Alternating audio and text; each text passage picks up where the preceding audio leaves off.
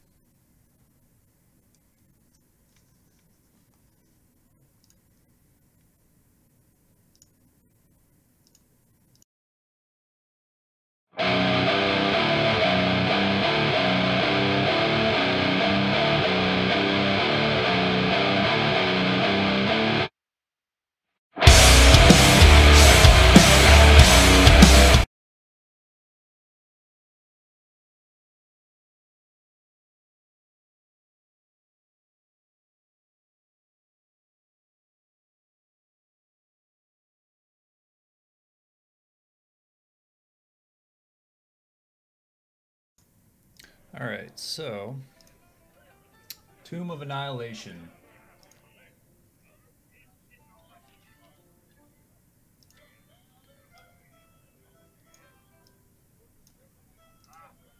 Okay.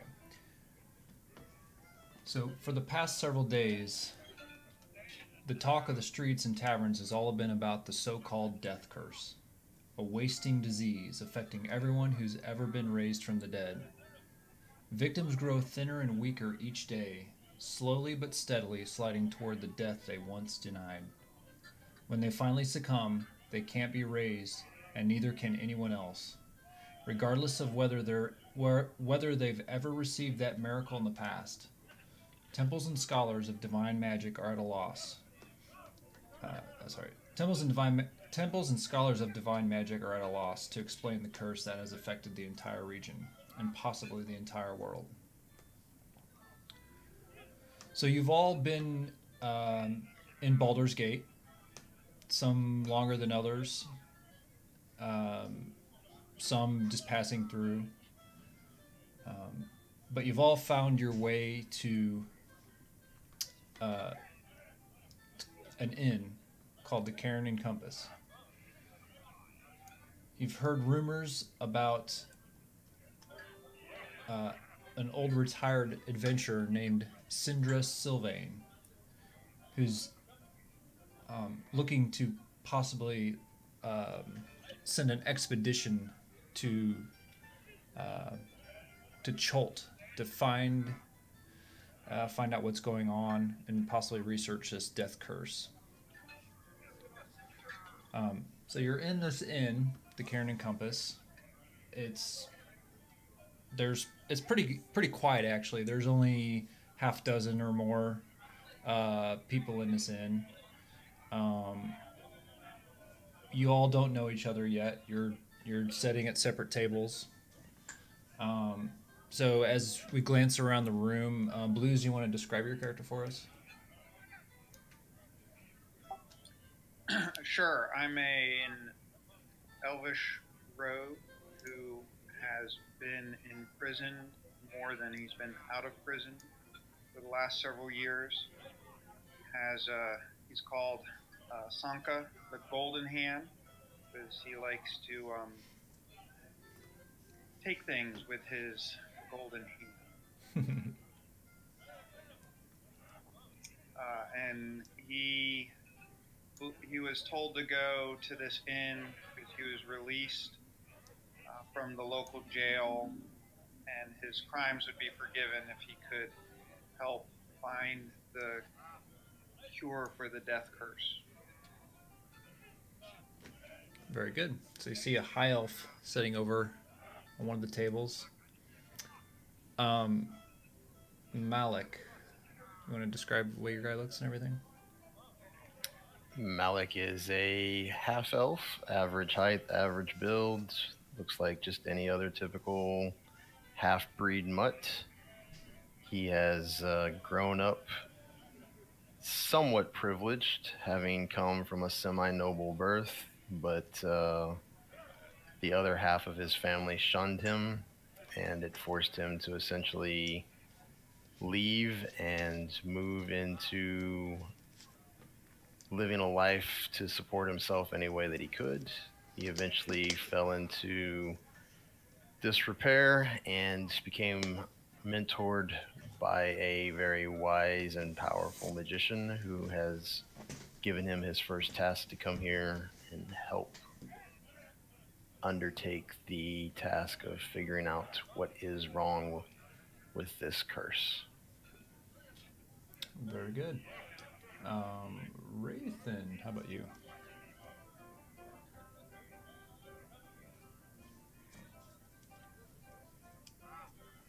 Very good.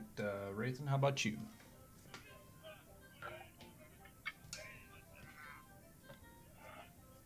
Okay, I'm a broad-skilled dragonborn. I carry the air of an officer in the military. I even wear my old rank as a reminder. Pretty much, I've just come to this tavern looking for adventure. That's about it. Very good. Daniel. Hello. I am Daniel Redcliffe. And Nature Paladin. No. I come from a not very wealthy family, a standard family. My father, from what I remember, was a cobble. He worked on shoes, and my mother was a cobble's maid.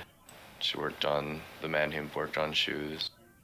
But he raised me until probably about 6 or 7, I'd say, and he taught me a little bit about the adventuring lifestyle, which is how we actually got our name, Redcliffe. We were the great climbers of the Red Cliff out in Chult. But I learned a little bit, but I hated it, and I didn't want to be an adventurer at all, and so I ran away from home, and I went to the town of Baldur's Gate, where I thought I could get some schooling and be the first in my family to actually do something educational. So I got an education, and right as I was finishing my thesis, I received a raven that my family had passed, all of them, due to the death curse, or related to the death curse. And so now I am on my way back to honor their memory and to defeat the death curse. Very good. Roth. I'm Roth. I'm a cleric, a hill dwarf cleric, so I'm about 3 feet 8 inches tall, 125 pounds. I'm really dirty and kind of unkept, and I've always got blood on me. I've been living in the streets here in Baldur's Gate, being sent down from my tribe to try and discover a curse by studying at the Valsharun temple here in Baldur's Gate. I met a small halfling named Samantha Littletoes, and she's been kind of teaching me the ways of the big city. My brother died from the death curse, and that's why I'm here to save it. I'm pretty looked down upon from my tribe because no one studies necromancy. All right. That's everything.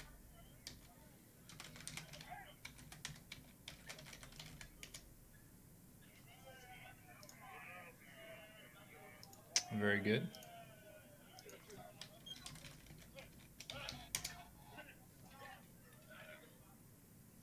Hey Daniel, what race are you? Oh, I'm sorry. I'm about a 6 foot average build human variant. He's kind of dark skinned. Looks foreign. Doesn't look like the humans from around here. Like I said, we got our name from climbing a cliff in Chult.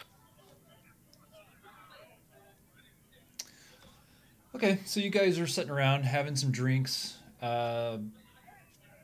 You see two men enter the tavern, dressed fairly nice for the area you're in. Actually, one of them pulls a a scroll out from his belt. So unrolls it. Not a magical scroll or anything. Just looks like a regular scroll.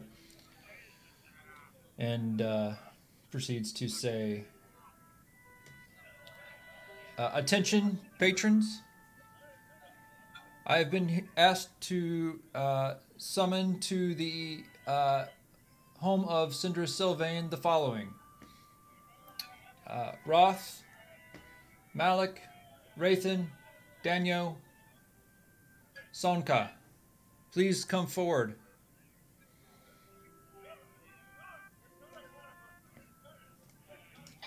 Step forward.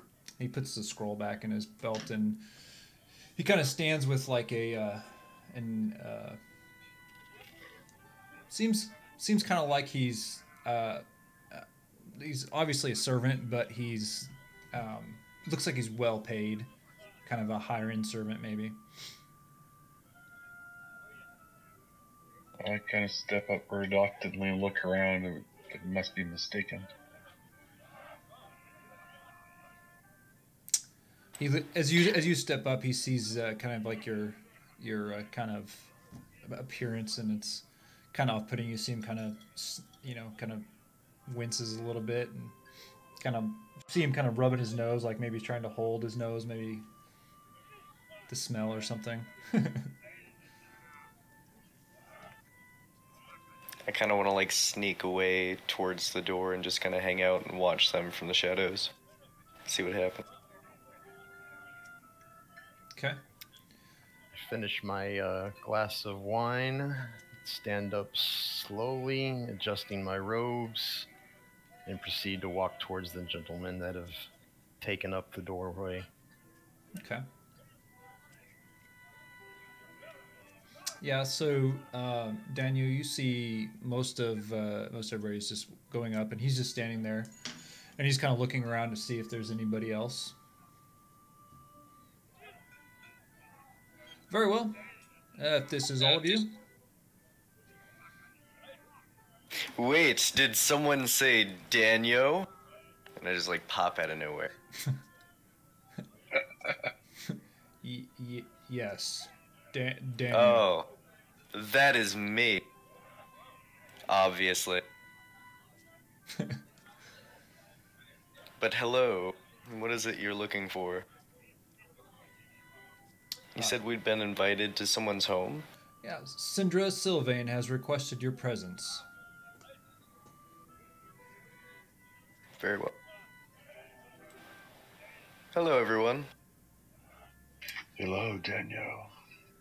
So How did you know my name? He called it out, and you answered. Yeah, it does. Okay. So he starts I'm leading Daniel. you through the town, through the streets. You kind of leave the kind of the lower end area you were in. It wasn't really lower end; it was just more kind of more working class, I guess.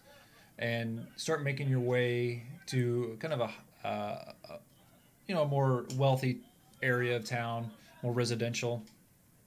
And you reach a really nice house. He opens the gate and leads you up to the front doors, and he opens up the door, and there's another attendant in there. The attendant says it's a kind of a younger female. Please follow me. She Can I try to stealth behind her real quick? no, she sees you. You're in. You could awkwardly walk behind her. Yeah, you're trying to be stealthy, but you're in a lit room, and she saw you walk in. So she starts leading you up a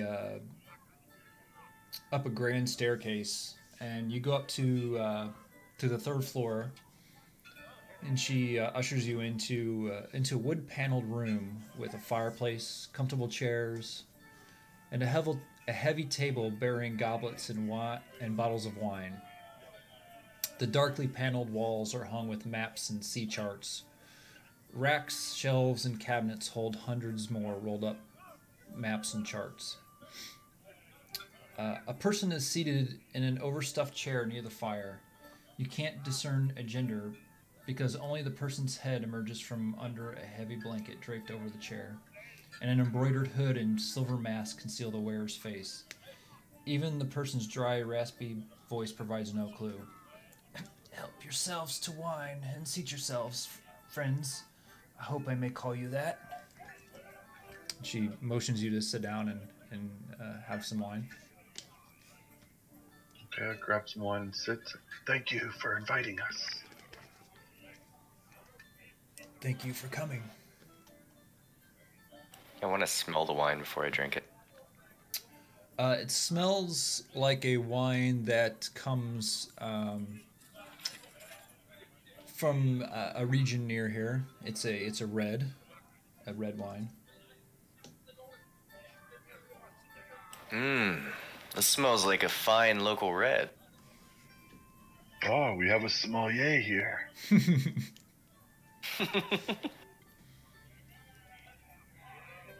So she kind of turns and faces you guys now away from, turns her back to the fire. I'm assuming you're wondering why I summoned you.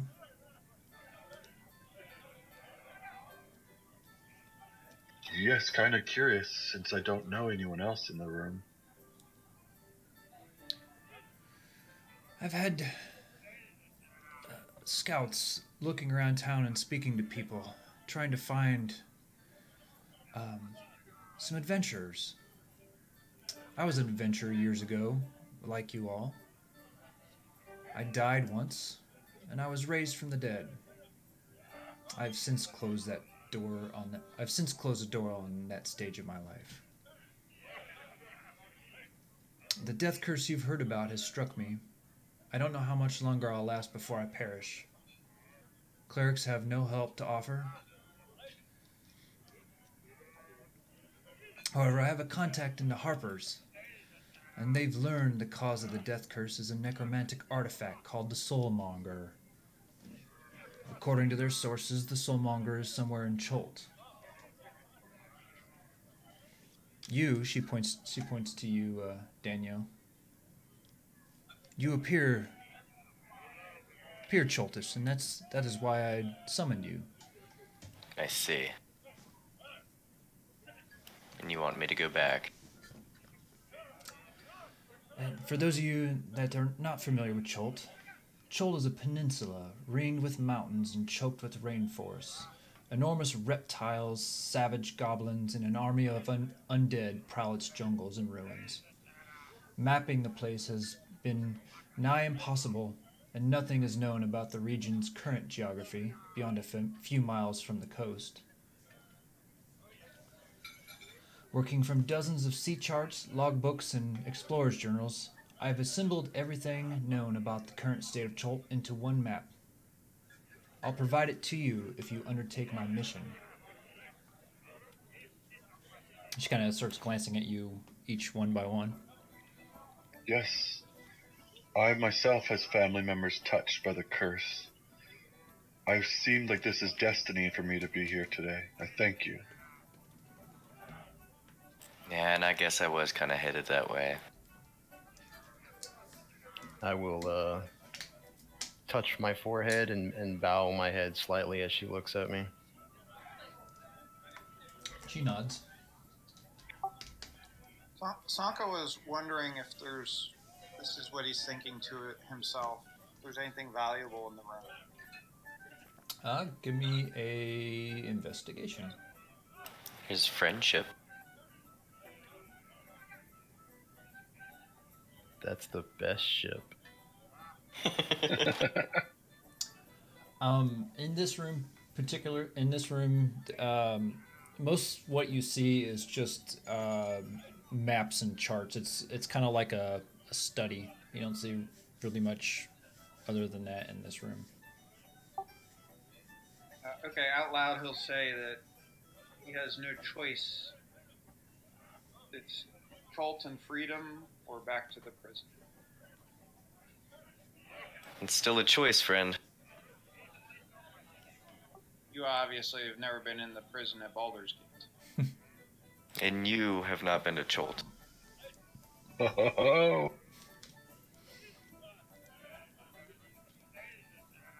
Bazinga. What is there to fear in Chult, Mr. Daniel? So many things. I'll let you experience it for yourself. I'll be there with you, don't worry. I will say, you're gonna see some new guys, some new. They're gonna seem like monsters. They're not, and they're kind of like local. We really like them over there. There's gonna be some big lizards. We're really big fans of them, so don't insult them. yes, there's some ancient dwarf tribes, the wild dwarves too, that live in the jungles there. Even their women grow nice beards. Such a fine sight. Yes, that is correct. There's some dwarf tribes there. They're quite different from the dwarves here, but a little bit more pale. She looks to you, Wraithen, and Dragonborn. I just give her a shrug.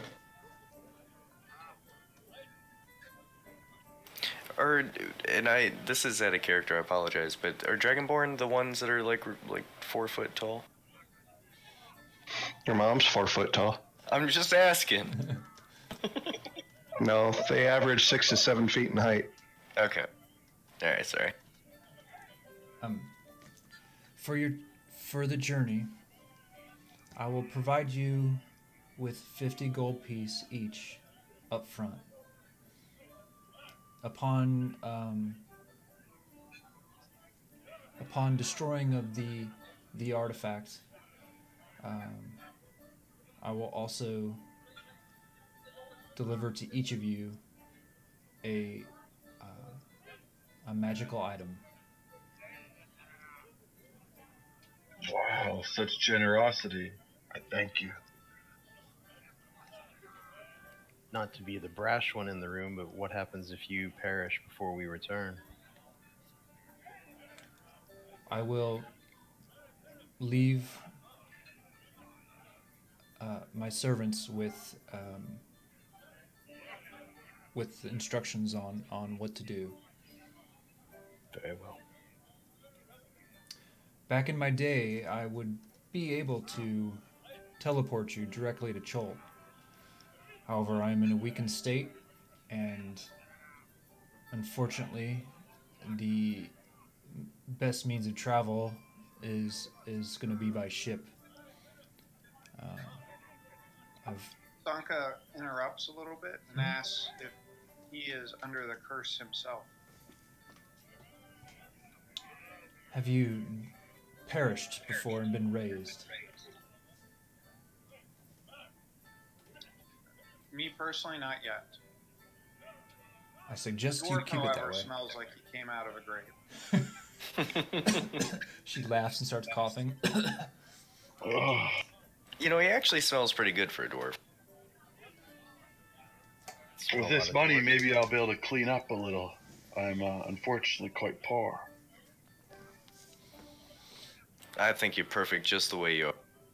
Ain't no need for these money and well-mannered folks. Poorness is a state of mind. I've had riches and lost them and gained them back again. Well, I guess you're buying me the wine tonight. So I missed that. Are you under the death curse now? Oh, I'm sorry. Yes, I am. I am under the curse, and I have been for about 20 days now. How do you know? Oh, it was 20 days ago when I started experiencing the effects. At first I thought it was just a common cold, but every day continued to get worse, and I started wasting away. Is that why your face looks so weird? She touches her mask. It's just a mask. Oh, okay. I was really worried about you. The powers of perception are strong with this one. You're just killing them fucking charisma rolls. 2, 3. I mean, it's kind of the point.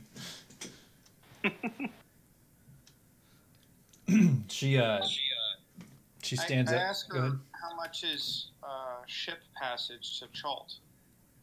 I will pay for the passage. I've got a ship chartered already, ready to go.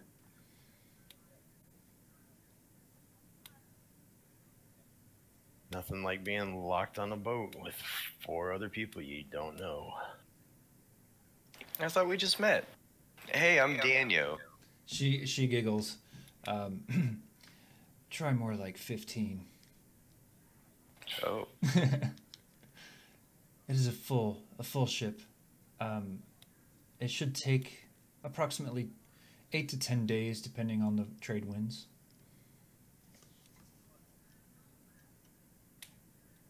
Let's pray those winds don't blow the stench from our colleague here back in our faces. All right, so she gets up and add you guys to the party sheet. Is add a character. So when we're on the boat and the boat's moving, does that count as traveling time? What now? Yes. So like I've got things that are a thing after traveling for an hour. So if it's like 18 days, sorry, my cat. Like, what do you mean? What are you talking? Like, what specifically are you looking at? Basically, the one that I'm thinking about is the remain alert. But when traveling for an hour or more, I remain alert when doing things, and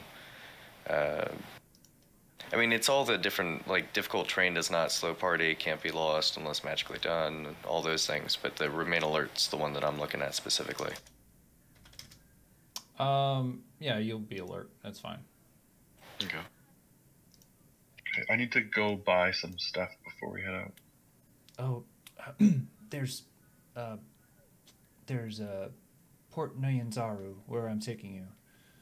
It is a trade hub. You will be able to find anything you need there. Excellent, thank you.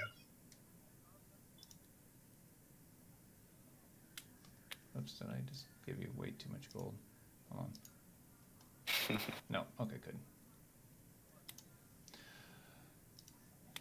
All right. She goes to her desk and she unravels a map, and she opens it up for you.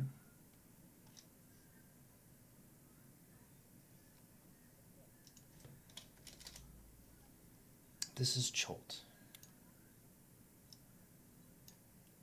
So just to clarify, when you guys see this, there should be a mast area in the middle. Is that right? Yep. Okay. And do you see a pin, a green pin? Mm-hmm. Okay, good. All right.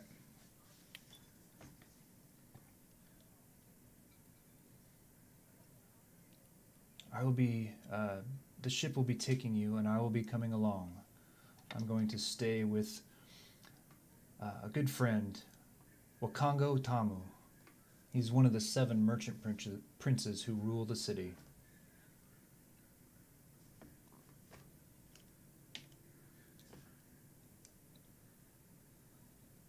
You'll be most welcome with us. And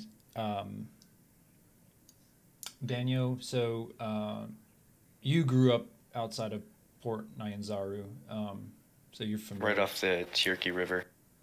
Yep. The Cherokee River. Okay. All right. Shall we make our way to the ship then? No time like the present. Yeah, sounds good. Okay. So yeah, you guys make your way down to the dock district, and there's a large ship there.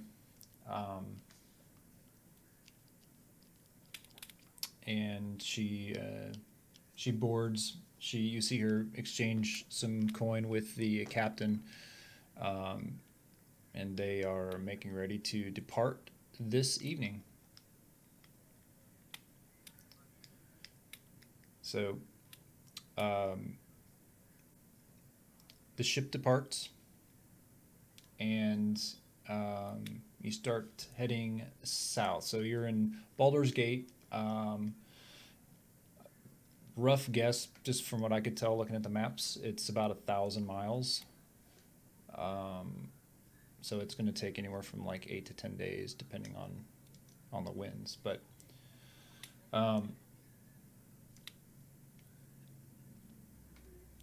it's been pretty uneventful for the first couple days.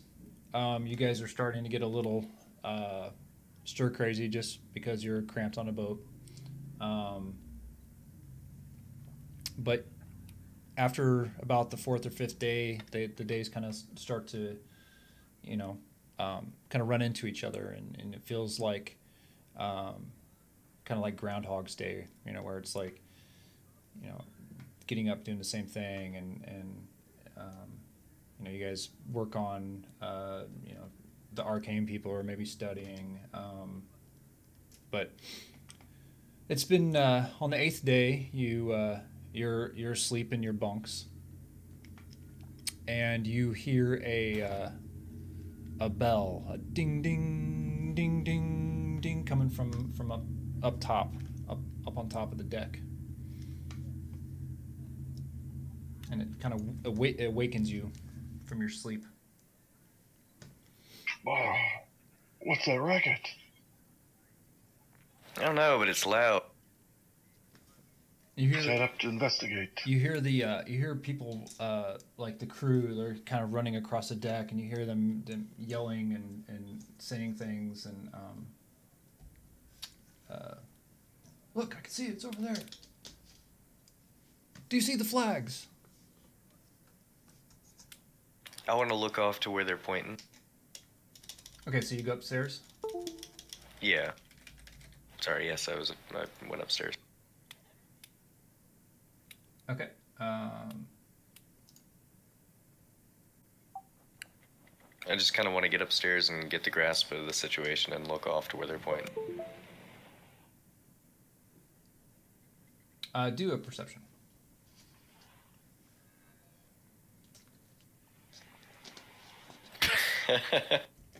You can tell, you see a ship in the distance.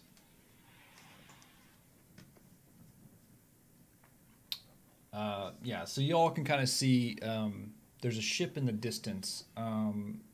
Looks kind of similar to the one you're on, but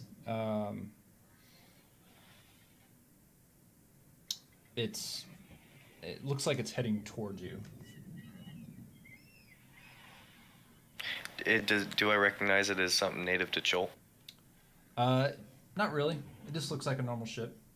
You see the captain of the ship you're on now. He's got his spyglass, and he's looking through the spyglass at them. Do the sailors and the captain do they look nervous and anxious and alarmed, or are they acting like this is a friendly ship? It seems they're on edge. Go ask the captain what's going on.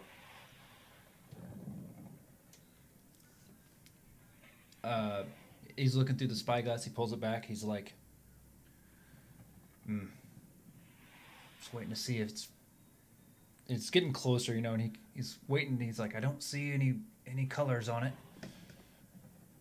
Wait. There's the black. Quick. All sails. You see him shouting orders to the crew. He looks at you guys. There's some pirates coming.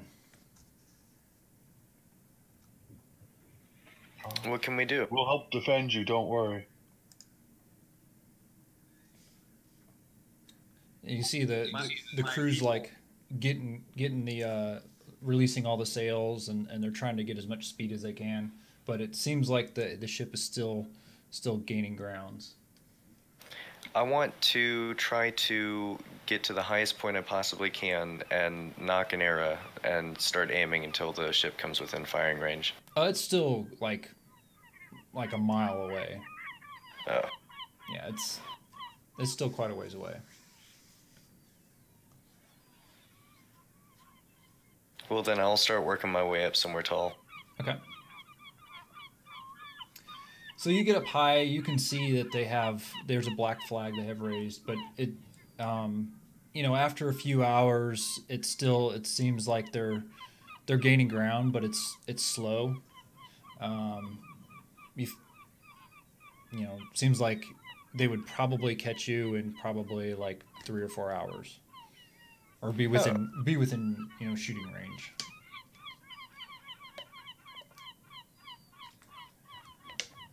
So, after a couple hours, they're getting closer and closer, and ahead of you, you can start to see, you're seeing more rocks, like kind of small islands.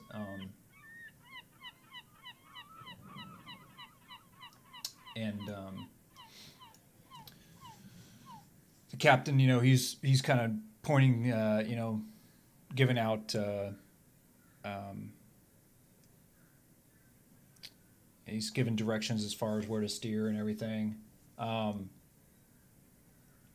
Eventually, you start to see the other ship, the pirate ship, all of a sudden just turns and starts heading in a completely different, like, away from you now. Well, not really away, kind of like, a 90-degree angle away from you now. And see, that's kind of weird. Like, the captain's like kind of confused. Maybe they didn't see us. I run up to the front and try and check up ahead in the water, see if there's anything dangerous coming towards us, or rocks or shallow water or something. Okay, so you make your way towards the front of the ship. And you peer over the front of the ship there, and the sea ahead of you roils and churns, and waves crash over the bow of your ship, driven by sawtoothed hills rising from heaving foam. Oh. Water streams off the rising crags like rivers crashing down a mountainside. At the last, the emerging island stops growing in size. At the last, the emerging island stops growing in size, although the sea around you still tosses your ship like a drifting feather. Then a huge blast of steam erupts from the waves, and through the drifting rainbow-crossed mist, you see an immense beak and a milky eye the size of a hogshead cast, staring blindly in your direction. As the water calms, you spot a dozen or more shark fins circling the ship.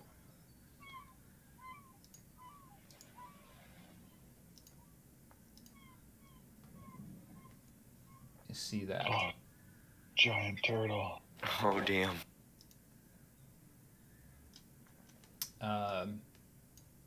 Now we need a nature paladin.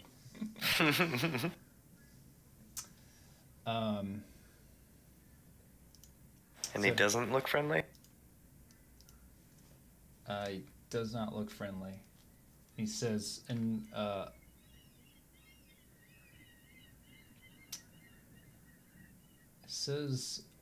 he says something in here, I'll type it out because some of you will understand it.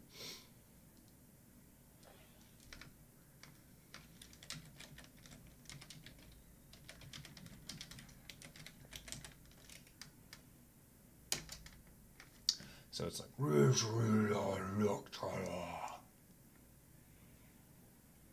I thought, actually, who sees that? I see do. it. Do you all see it? I can read it. I cannot. No, I can't. I can't.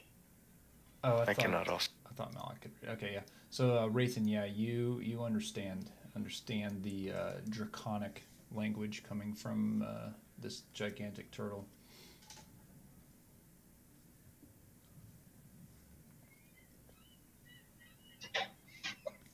Turtle wants tribute. Aw. Like low Yeah, I Ferris wouldn't mind. Bueller. Says he prefers human rangers. Oh. Wait, oh man, that's awkward. I don't see any. We'll have to ask what his second favorite is. Tell him, does he want gold?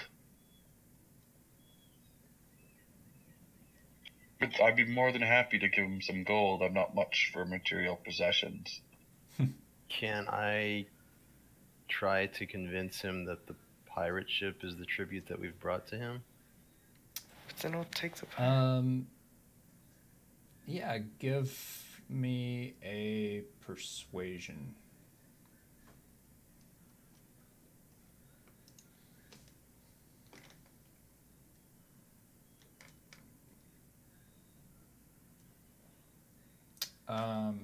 He understands you, I guess, when you're speaking. Are you speaking in common? Sure. Okay. So he understands you, but he responds. He responds in Draconic, and he also responds to you, Rathan. He says, he says,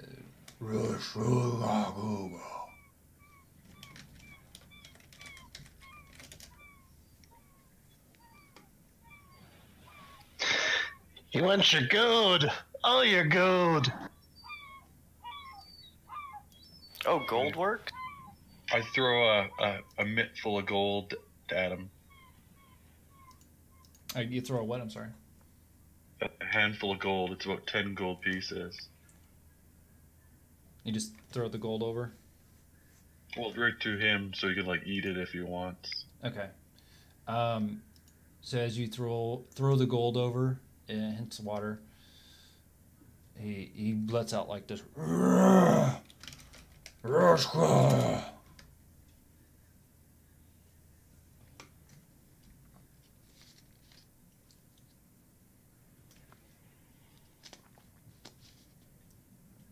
And so he says that, and in a couple seconds, you feel the water kind of. You've noticed this whole time he starts kind of circling the boat, and it's been a couple minutes now, and you've kind of noticed that as he's going around you. You've noticed that the ship is starting to fall kind of in his little eddy here, and it's starting to match the motion, so the ship's kind of turning as he's turning. Oh, dang. Oh, he's gonna pull us under, guys. Quick, Dragon Man, talk us out of this. Gushka Guga. Better start throwing all your gold. Okay, I'll throw 20 more gold at him. Yeah, if it's gonna save everybody, take all the gold. I've got 60 here.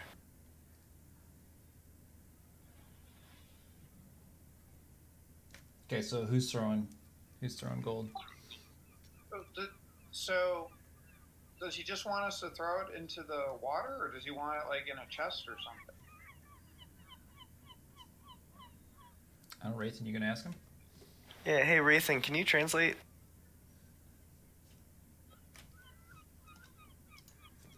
He just wants more. Can I kind of use my animal handling to do like turtle dragon coos to kind of calm him, while he's spinning? No. Don't think he qualifies as an animal. No. Looks like a turtle. Go ahead, try it. Maybe you'll offend him. Fair enough.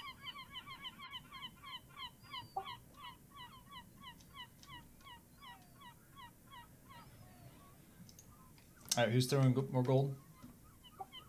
I threw all mine. You throw 60? 60. And Bird will throw, or I'm sorry, Sanko will throw 20.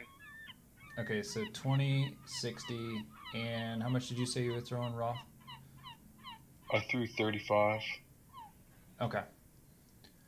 You see him he stops stop swimming, and you can see him kind of slowly kind of going around, and he's kind of, you see his head kind of turning like he's trying to watch where the gold's going and stuff. And then he just goes underwater, and the sea kind of pitch, you know, the waves and make the ship kind of pitch and roll violently. And then you can see his enormous shell starting to swimming down and down into the depths.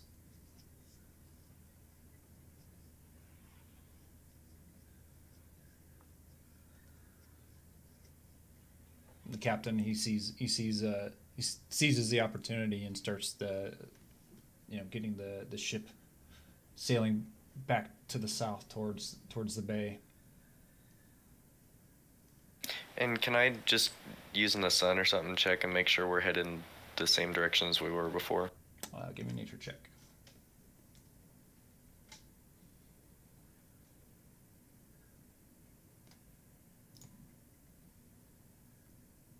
Yep, you are headed straight south, and you're starting to recognize some of the land around you now.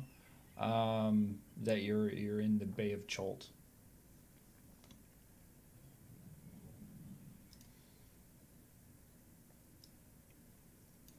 Well, guess I'm home.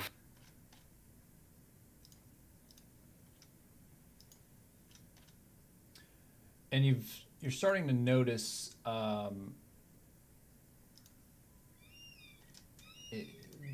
it's obviously, you're traveling, so the wind's, blowing, and you can feel the wind and the sea air, the salty sea air here. But you notice it's a lot warmer here. Daniel, this is familiar to you. It's been a long time since you've been home, but it's familiar enough that to expect it. I expected this. Anyways, guys, welcome to Chult. You expected this, and yet you failed to inform the rest of us? Of Chult? Of the giant sea creature? Oh, yeah, that was... It happens. Perhaps in the future you might want to inform us before the encounter.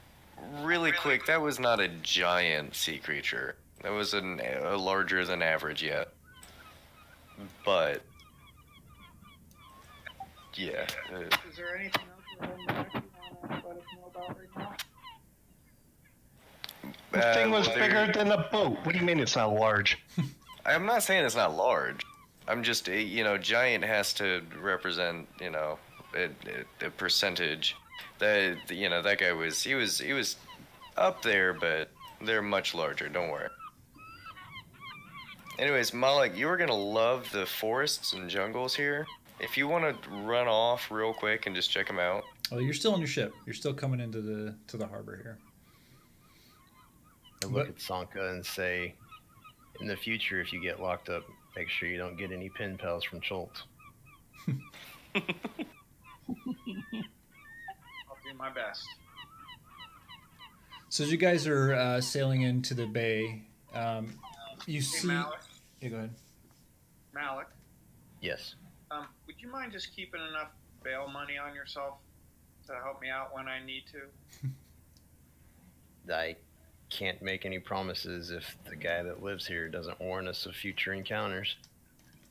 It's been a while. It had slipped my mind, but yeah, as soon as I saw it, I was like, oh yeah, it's, Kevin. He reminds me of somebody else I heard about. Yeah.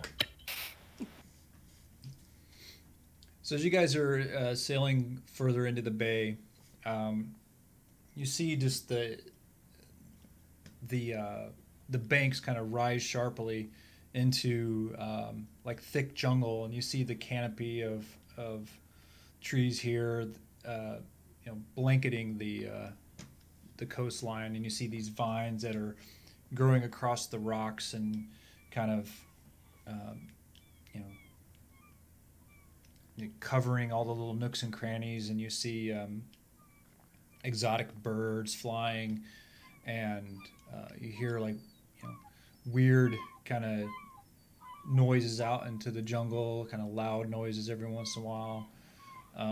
And ahead of you, you see a large port, and you see buildings painted in like bright shades of blue and green and orange and pink.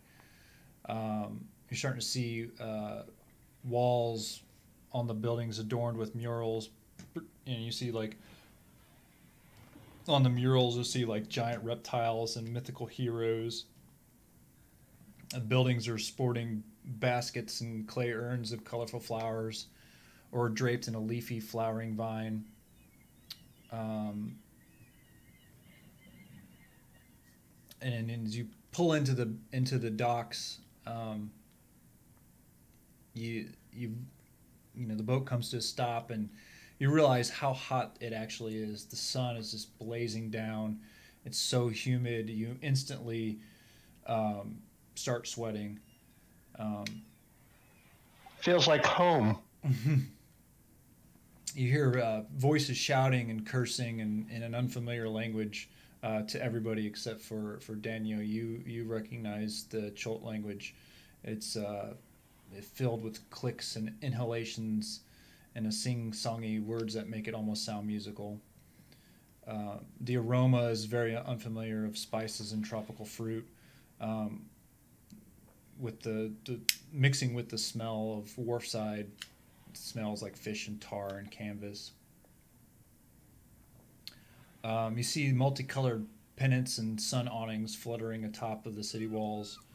A crowd of children dressed in feathered hats and capes races past you, squealing in delighted terror, as a street performer costumed as a big-toothed lizard stomps and roars behind them. The whole city seems to be bustling, sweating, laughing, swearing, and singing. And I recognize the festival or thing that's going on here as the very familiar and popular Harvest Festival. Not really Harvest Festival, but it's been a few years since you've been here, I guess. Could have maybe got that confused with another town you're from. But yeah, so you Syndra, you see Syndra makes her way off into the docks.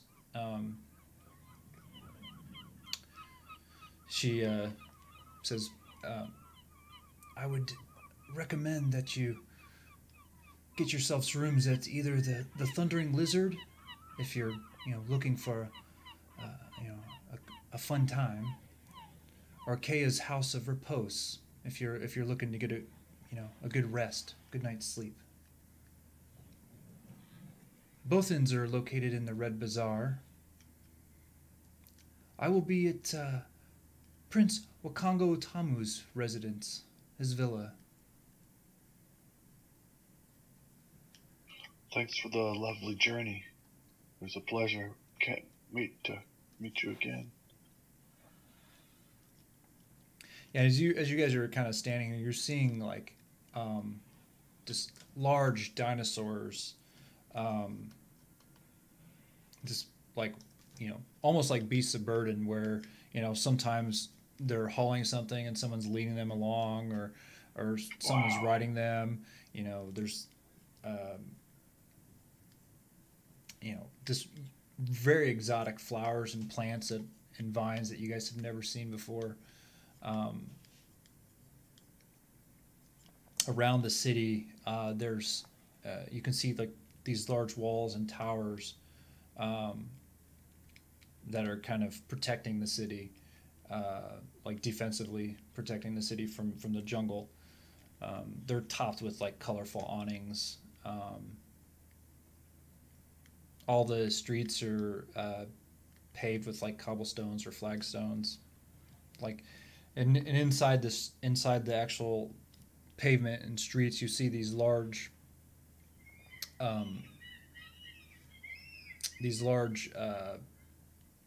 like gutters that are like 2 feet wide. Looks like it's looks like something like maybe they get a lot of rain. You see tabaxi minstrels wandering the streets, performing for coins. That's a mighty big cat.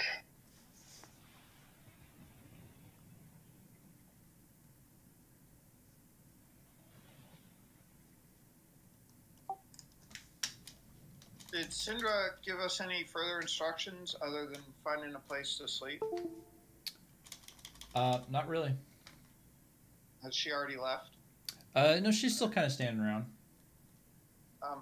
Sanka asks her for the 20 gold pieces back that he threw in the water, seeing that she was the one who hired the ship, and it seems that the ship should have paid the toll. Yeah, I seem to remember there being, an insurance form from my travel to the land. So I'm with him on roll that. a persuasion check for me, if you don't mind.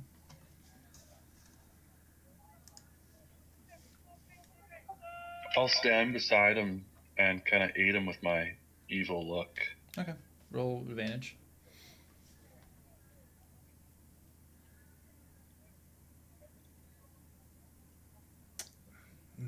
Okay. Very well. I assume it was my fault for not researching this further and knowing about the dragon turtle. Apparently Daniel knew about it. Yeah, there was. Like I said, I'm pretty sure all ships are supposed to have insurance when you cross that part of it.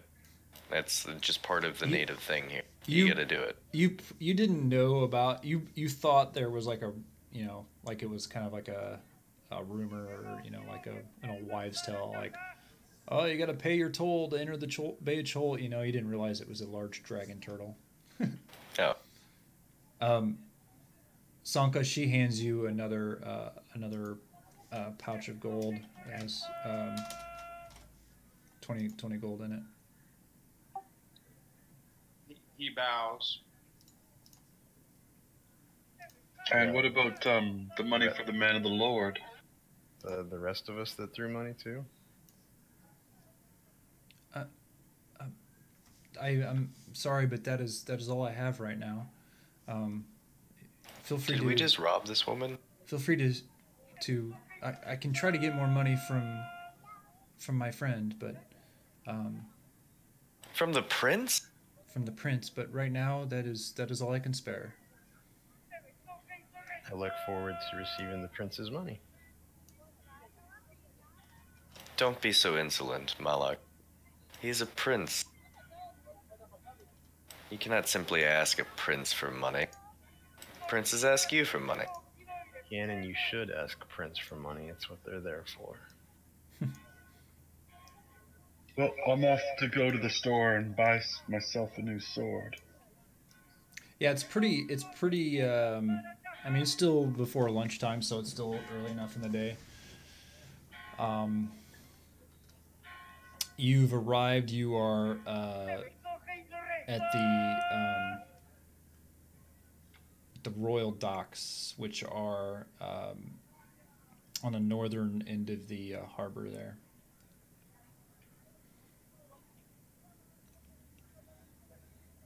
And for you, Daniel, it's been, I mean, you're familiar with the town, but it's been a while. You don't really remember. I mean, you remember how to get from one district to another, but you don't remember all the little nuances where all the buildings and everything are. Yeah, it seems different, but familiar. She did say that the two locations were in the Red Bazaar, which is to the south. Actually, it's not to the south. This map's kind of weird. I forgot. So this map actually is sideways. North is to the right. South is to the left. So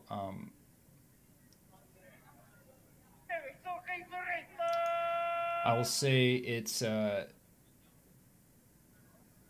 according to I'm just gonna use the way the map's orientated now. So the Red Bazaar is technically to the southeast of you, but on this map it's southwest, near the Market Ward and Teriyiki Anchorage.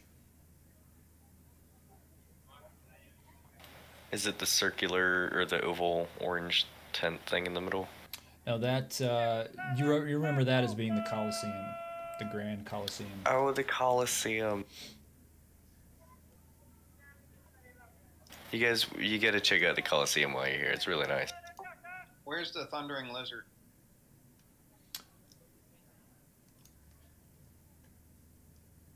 Huh? The Thundering Lizard was the inn. It's in the Red Bazaar district. It's kind of near the Coliseum down there. Let's start heading there. And I asked Syndra if she's still there. When do we start? You can start as soon as you're ready. As Daniel will probably attest to, and maybe others around town, you'll probably want to gather many supplies and look for a guide. I would recommend looking for a guide. She kind of points over towards, you see the harbor master office. She kind of points over to a board. You can find these boards around town. But I would recommend being prepared. The jungles are very, very unforgiving. Yeah, it's true. We guys, from what I remember from being here, we will definitely need a guide. It's very important we get a guide. And then whatever money you have right now, use to stock up on supplies. Forgive my questions, but where are we going? Well, we're going out to the jungle or the wilds eventually, I assume. I mean, we're here to figure out what's causing the death curse, and we were told that was an evil guy. I agree, we need a guide, because apparently the one that was supplied to us is defective.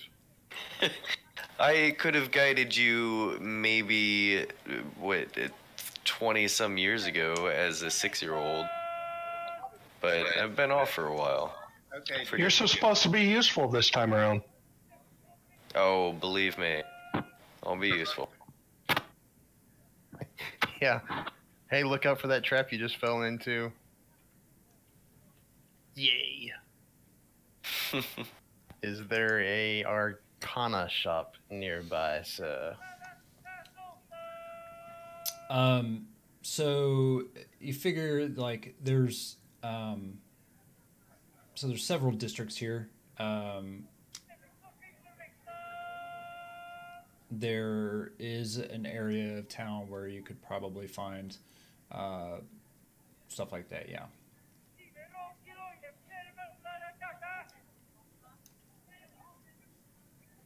So I'm still a little perplexed, and I'm thinking this through. So please forgive my questions. But we're to go hire a guide, but we don't know where we're going. You're saying that to Syndra? Yeah. Yes, I mean I am hiring you to do research and speak to the people and see what you can find. I have I'm unfamiliar with these lands as you are.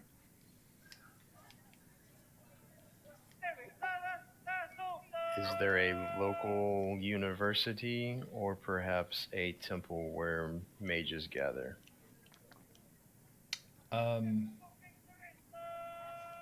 There is a hold on, let me find it. That guy's selling burrito caca in the background. There is. I'm trying to find it. Hold on. One thing that she mentions is, you know, the merchant princes may have some more information. There are several temples around town. You're near the harbor master's office, so he might have some information. Damn, which one is it? I gotta turn that motherfucker down. He really wants you to buy them burritos.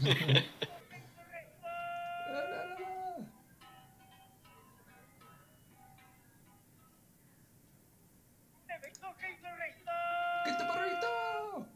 Buy these burritos!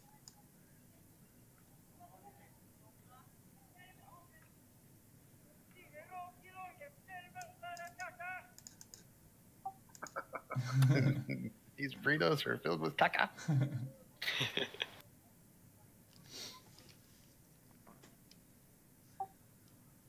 Okay, Sanko will go to the Thundering Lizard and listen for information and secure a room. Malik will head to the harbor master to question him about local lore, legends, and perhaps universities or temples that could help. Okay. So, well, you'll as you're getting off the dock, you're right next to the harbor master, so you guys can talk to him first if you would like. You see a large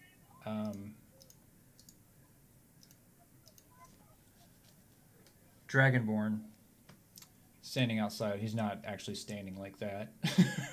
Come talk to me, bitch. You got a question? Because here's your answer. But he is very impressive looking. You know, he's standing at. You see him kind of barking some orders to some workers and stuff. But he appears to be the harbor master. I'm gonna look at Rathan and just kind of nod, like, might be best if he starts this conversation. Look back at him.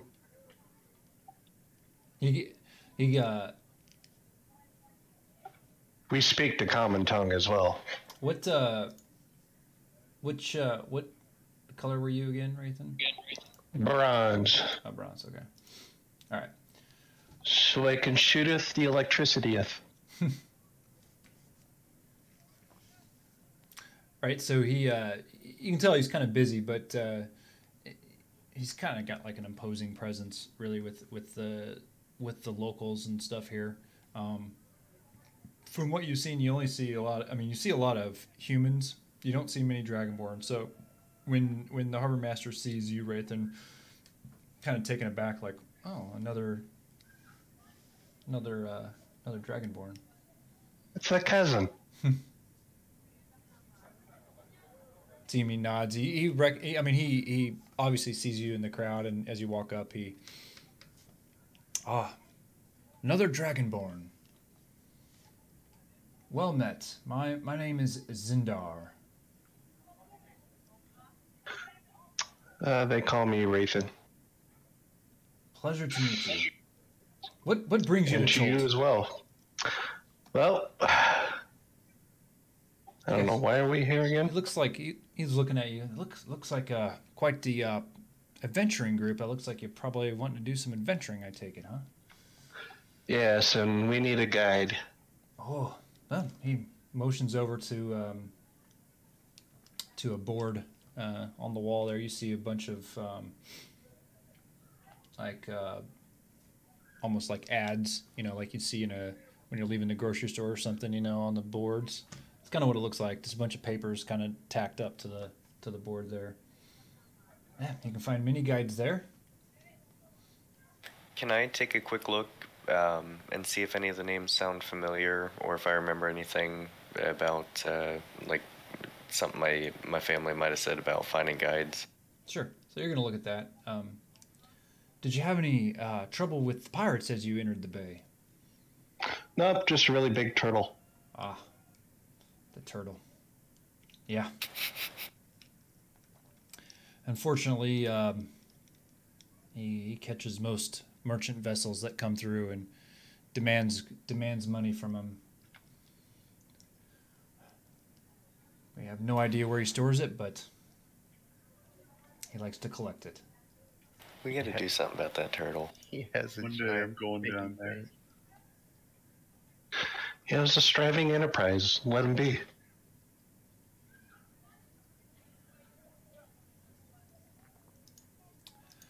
Yeah.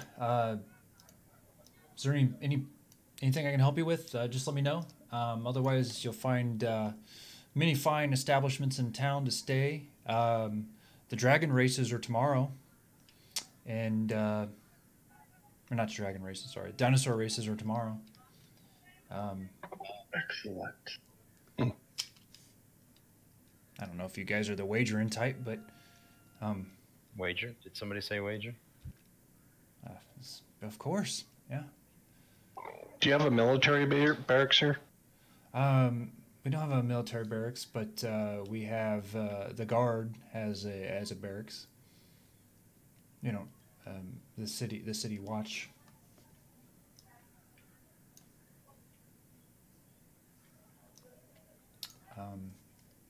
And then, but yes, sir. You can wager on the races. I've seen some people win some bagfuls of coin from those. I myself don't partake in them. I seem to lose more than I ever win, but That's the point of gambling, sir. There are those that take risk, and then there are those who just take. What temples are here? we have a temple of Sune, temple of. He seemed like he's kind of holding up his fingers and kind of counting. Temple of Gond, the temple of Savras. What else am I forgetting? Valjean.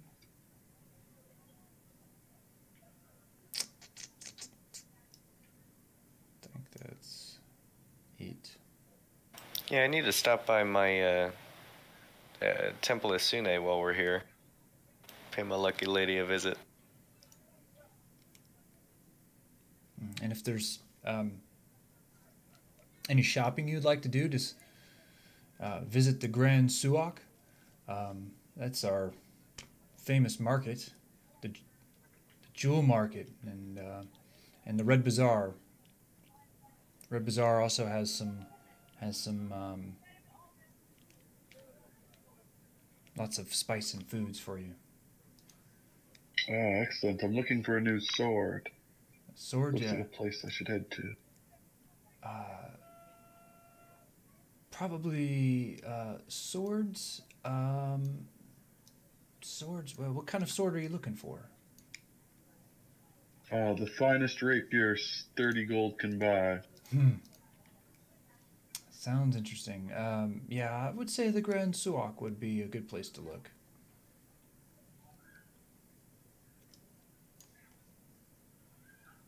Temple of Timora. Forgot about the Temple of Timora.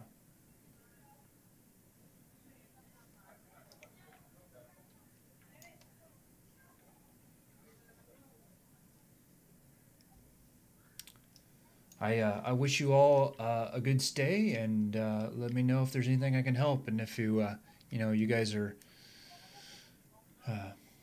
sturdy adventurers, come back and talk to me again. I could use some help with these pirates. We do dislike pirates? I would love to kill some pirates.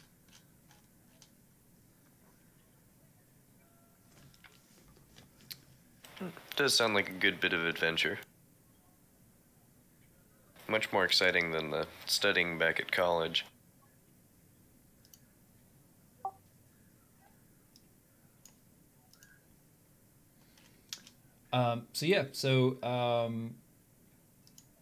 You've got the merchant's ward, the market ward, and the harbor ward are kind of the three main areas of town here. Oh, and so for you, Daniel, you're looking at the guides board. Yeah, I wanted to see if I recognized any of the name, or if I remembered any advice. You do not recognize any of the names. Are you going to take the handouts off the board? Yeah. Okay, I'll share these with you. Oops, didn't mean to share that. Close that.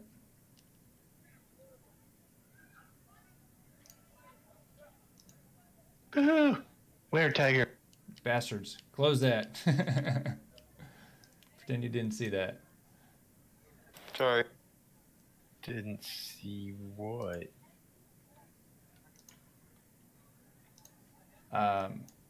This is what you see instead.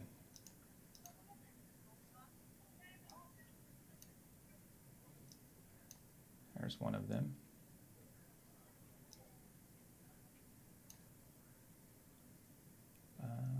Actually,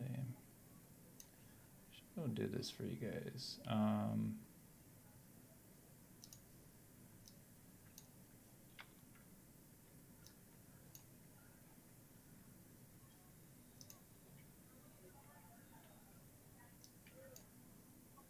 Trying to share that with you on the notes thing, but I guess I can't.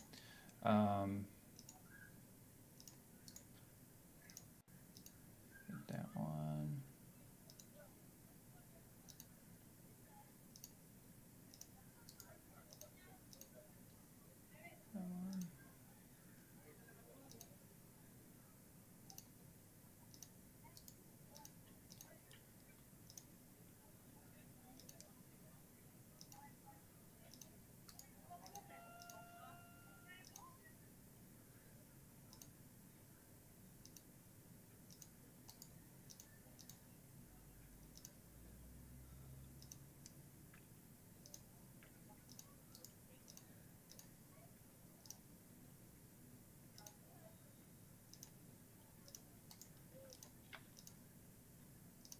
If you need me to share these again, just let me know.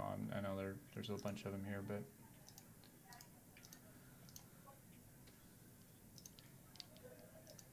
It just never end. Look, it's a picture of Daniel.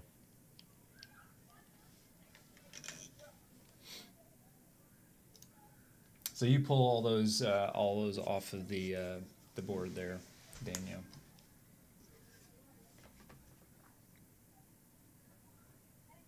Hey guys, look. Trash. I'm gonna carry it with us. Can I put them in my inventory? Yeah, I mean, if you guys want to just pocket those for now and then continue walking, you can. You don't have to look at them now if you don't want. I've already picked the one that I want to go with.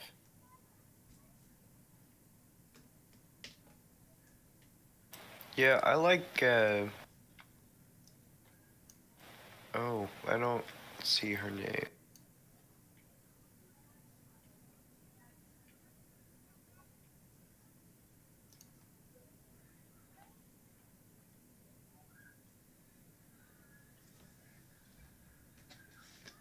Who is the lady with the feathers? The lady with the feathers. And the orange bandana. I think we should go with Azaka, even though this other lady says Azaka has led expeditions that never returned. Obviously, she returned, so...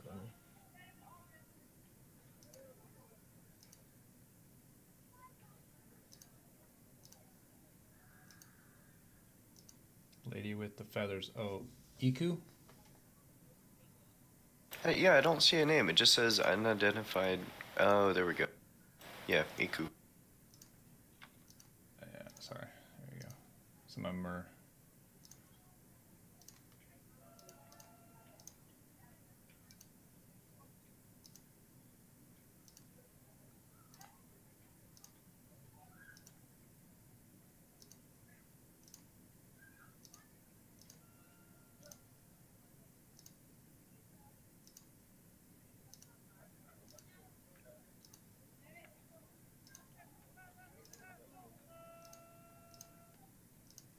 All right. I think I got all of them now.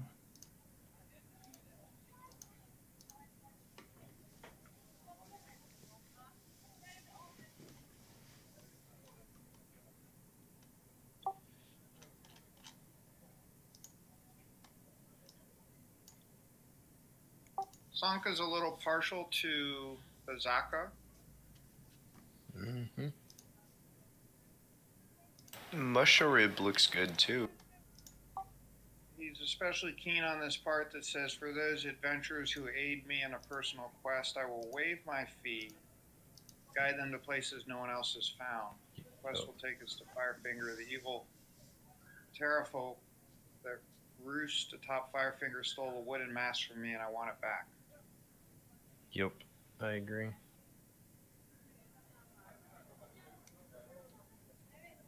Yeah, I'll go with her too, or you. Dwarven intuition. Do I get any good vibes from any of these reading them? So the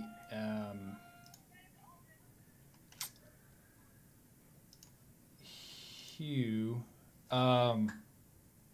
Hugh sounds Hugh sounds pretty good to you, and he you can tell he's been through some shit just the way he looks. Like he seems like your type of guy.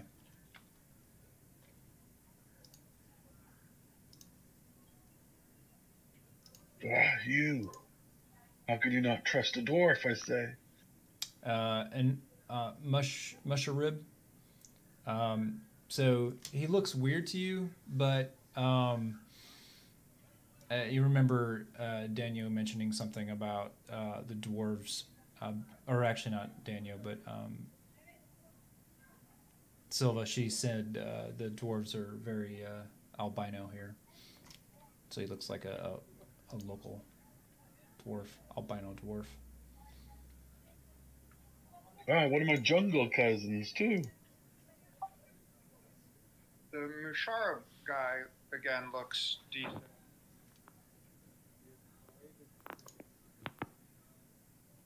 Yeah, I like.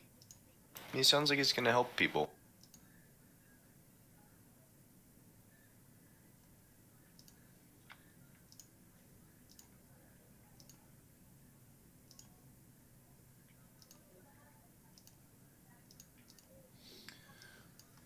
So yeah, so you guys wanted to, I'm assuming you want to make your way towards the inn, but you're probably going to make a stop through the Grand Suak. Check out some stuff from there, I'm assuming, and up through Merchant's Way. Well, Sanka would like to hire, hire a guide and see what supplies the guide recommends we take. That sounds like a good idea. Okay.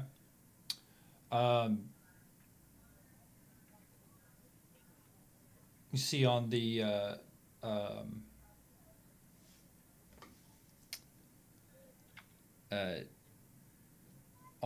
back of the on each of the things you took, it says to speak with the innkeepers, and they'll know how to contact them.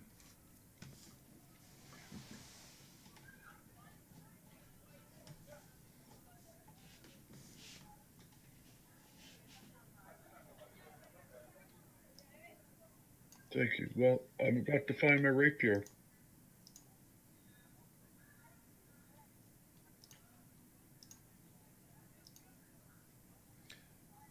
So you guys are making your way to the Red Bazaar. I'm taking it. Yeah, why don't I do a walk around? Okay. So as you leave the harbor area, you make your way. You're seeing a lot of like little shops and everything along the road. Um, you see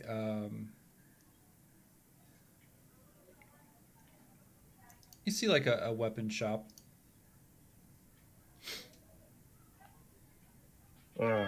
Let's go in there. By chance, do you have any rapiers? Rapiers. Yeah, got some rapiers. He kind of points over to the it's along the wall over there. You see a decent looking rapier there. I'll grab it and feel it out. If it's good, I'll pick it up and purchase it. Okay.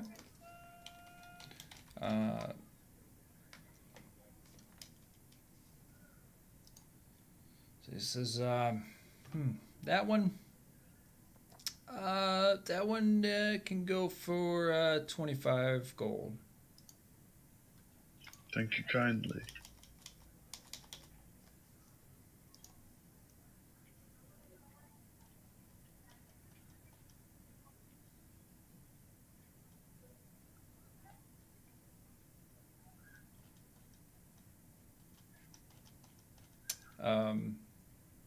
Anything else in here anybody wants? You see, you do see a weird looking weapon you've never seen, any of you have ever seen, except for Daniel. You probably recognize it. Oh yeah, it's one of the, Yukawa. It's a Yukawa. Oh guys, these were so popular. The Chultan warriors, it's their traditional weapon. It's a 3-foot wooden shaft with a either a steel or stone blade up to 18 inches long. Impressive. Great for killing and hunting and killing. Feel like a machete? Yeah. Kind of. It does. You feel like it would do better piercing damage than anything. And Very sturdy blade, though. looks kind of balanced too, like you could possibly throw it. And a lot of them there in this shop. Some of them are really have really fancy ornate carvings on them. Some of them have like feathers, like weird exotic feathers tied to them. It seems kind of like it's one of like a weapon that they would decorate, with different trophies and stuff.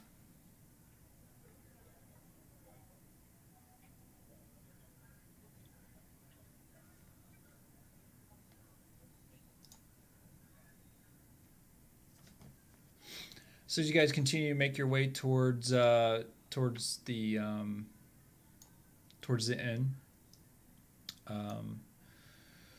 you hear sounds like a loud thunder, and you kind of look up in the sky and you see like these kind of ominous clouds moving in, and before you know it, it's a straight downpour, and you see a lot of people coming out of their homes and setting up these. They look kind of like an upside down umbrella. It's like a leather tarp, like wooden legs. And they set it down, and it kind of forms a basin, and you see them catching water in the bottom of these buckets at the bottom of the tarps. Fresh drinking water, you figure? Yeah, Daniel, you know that there's. So long as it's boiled. Yeah, you don't. You remember as a child that any water that you got anywhere from, except for the rainwater, you always wanted to boil. There was, like the throat leeches and stuff that you like to not get. Throat leeches. Oh yeah, there's all sorts of bugs and creatures and plants what'll eat you out there. Watch Well out worth for being the careful. leeches from down under.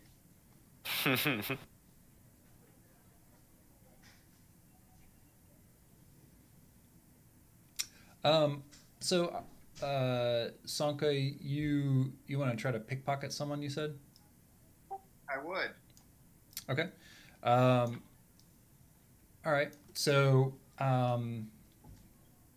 you see someone shopping in one of the. It's like a shop that's kind of, it's got the awning, like the tent awning, and there's some items that are kind of out front there, and you see them kind of looking through the items there, and they have like kind of a satchel thing that's along their side there. I'm also quite the skilled thief, so I'll aid Sanka. Okay, so you see him kind of leaning over to try to go grab something out of this guy's pack. I make a big distraction noise. Wow! Do you see the size of that thing? Oh, okay. So you kind of bump up again. He kind of turns and he looks where you're pointing to, Roth and Sanka. You kind of very easily reach in to his pouch and you feel a couple coins. So yes, you pilfer.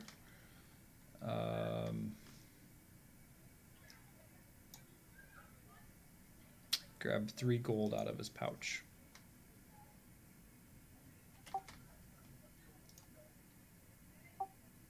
I'll tip Roth with one.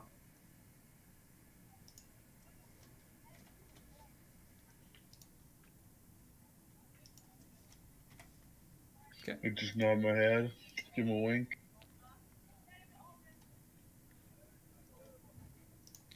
All right. Everyone else, or the rest of you that are kind of listening to the hum and the hubbub around town. The rest of you, go ahead and give me an insight check.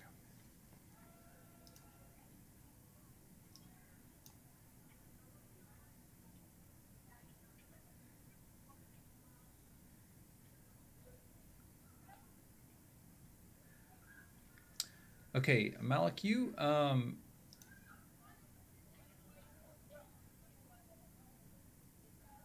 hear someone talking. What the fuck? Did I roll that twice in a row? Yes. I just rolled on a percentile. I rolled the same number twice in a row. Wow.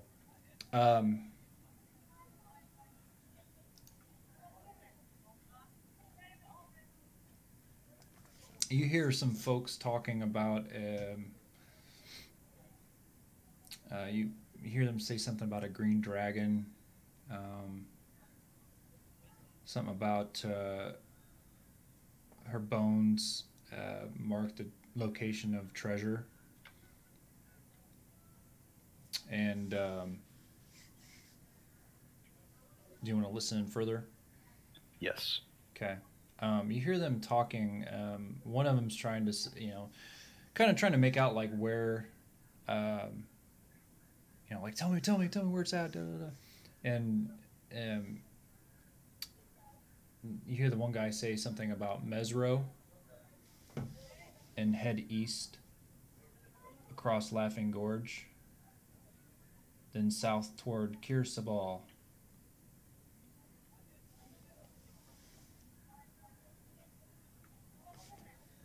Okay. And you might stumble on the bones and earn yourself a place in the history books. That's what he tells his buddy. South toward what? Kirsabal. Kirsabal. Yeah, I see Mesro and Kirsabal on the map, so I mark them down and take note of what I've overheard. Okay.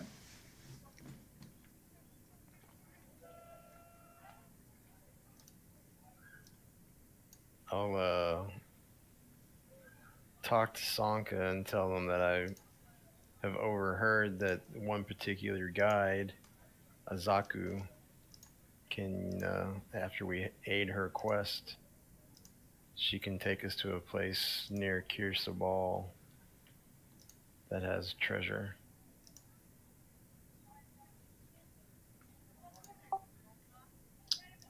That sounds like a brilliant plan. It does sound convenient.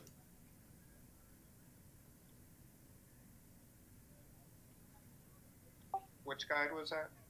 Azaku. The one that wants us to go to Firefinger for the mask.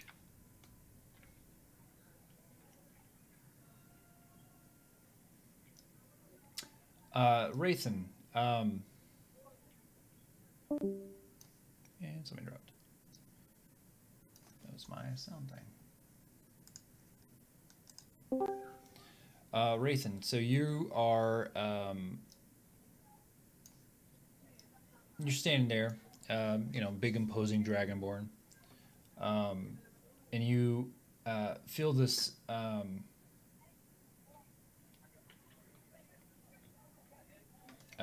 tap on your shoulder. Turn around. You see this, you know, Chultan commoner. Excuse me, sir. Are you a cleric?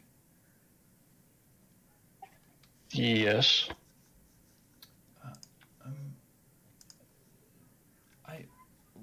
I've got my husband. He's been sentenced to the executioner's run for stealing, but he was not at fault. He was the victim of mistaken identity. He was sentenced without proper hearing or trial. The authorities won't listen to me, but I swear he's innocent. I'd be willing to pay. Is there anything you can do to help? I mean, a cleric, a goodly cleric should be of assistance. I don't know if there's much I can do other than speak with the magistrate.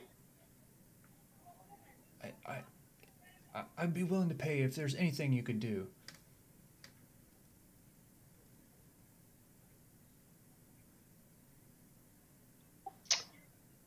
Do you have any proof he wasn't involved? I mean, he was with me when they said the theft was done. And what was stolen? I'm not sure. They said a pair of jewels or something.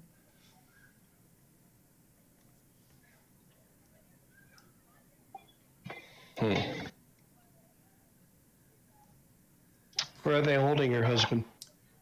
He's due to run executioner's run any minute.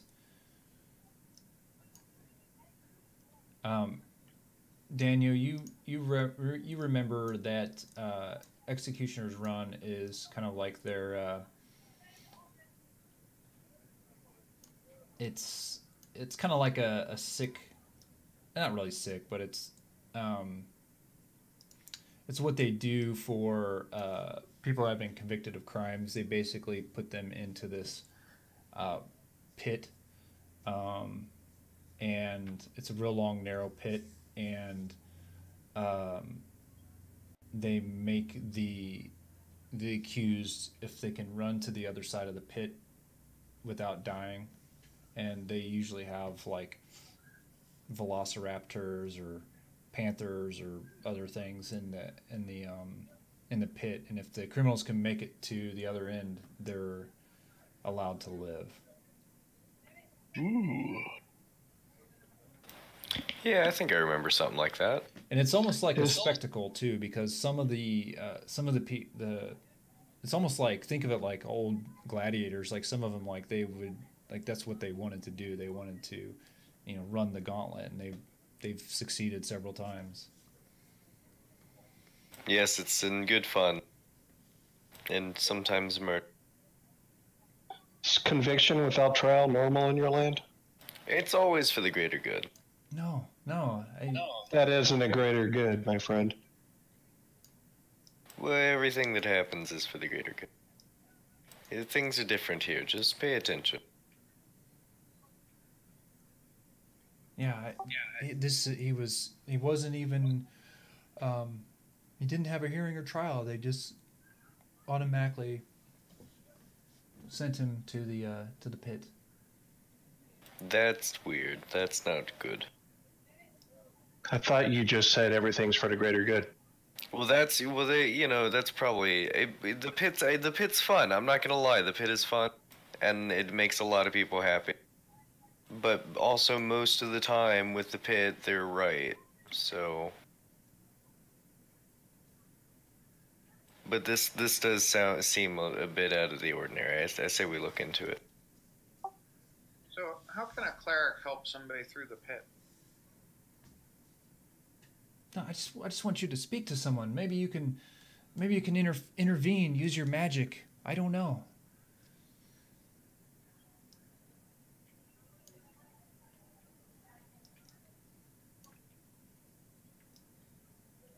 Well, yeah, we'll go talk to someone, right?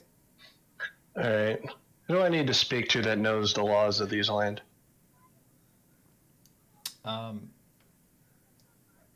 Well, the merchant princes are the ones that rule over us. And Merchant princes?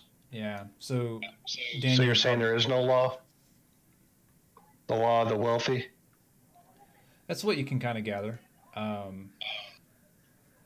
The princes kind of have control over, they rule the city.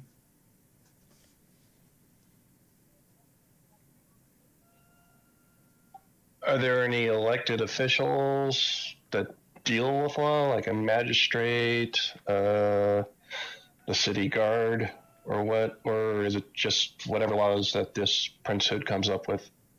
So actually, from where you're at now, you see kind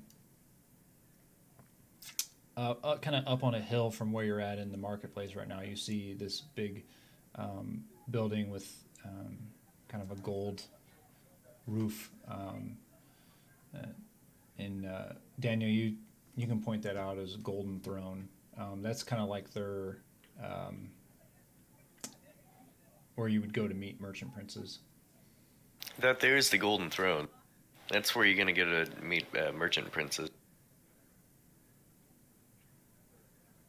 if I remember correctly.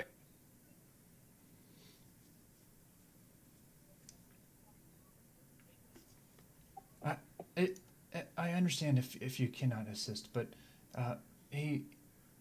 the run's set to go any minute, and I must go. If you're able to assist, please come to the executioner's run. And he takes off running. That's actually a he. So.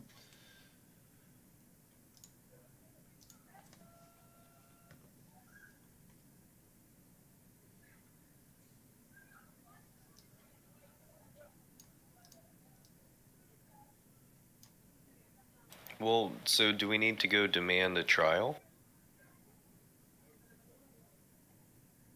You would know, man. You're from here. I'm just saying, like, if we go over to where that guy's about to run the thing and we grab him, then at that point we're just breaking the law. At which point we run the thing. So, but yeah, so what you know, Daniel, is interference of any kind is highly frowned upon. Even if anyone interferes, they can. I mean, some of those people that have interfered have been sent straight into executioner's run. And you do know that it's not uncommon for some of the lower class, kind of the poor beggar type, to be convicted of crimes without trial, just for the sport of the executioner's run. Like this is like entertainment for like some of the higher end people. Like they they'll come. They'll even bet on some of these runs. So it's not. Yeah, I mean, it's so not. It's not a good thing. Yeah, it's not a good thing. Oh, yeah, guys, this day it sucks. It's terrible. We gotta save the guy. And But it's for the greater good. We help him. No, turns out it's not good. I was wrong about the good. I didn't understand what it was. We need to just grab the guy and go. And not get thrown into the pit. And then topple the rich aristocracy. That seems to be really obsessed with this pit. Good luck with that, bro. Well, I mean, it seems like our only logical option. No, the logical logically, if this is run by a merchant prince, then they're going to want money. That's what's going to free the prisoner. Yeah, money. That's the easiest way. Right now, the greater good. Let's go. As far as the money is concerned, though, I have to say right now the greater good would be the party for me. And the more money you have, the more supplies you'll be able to get before we, eventually leave. So it counts. But keep that in mind from the guy that threw 60 gold pieces off of a bridge or a boat. So type in chat, 1 if you want to help him, 2 if you want to leave him.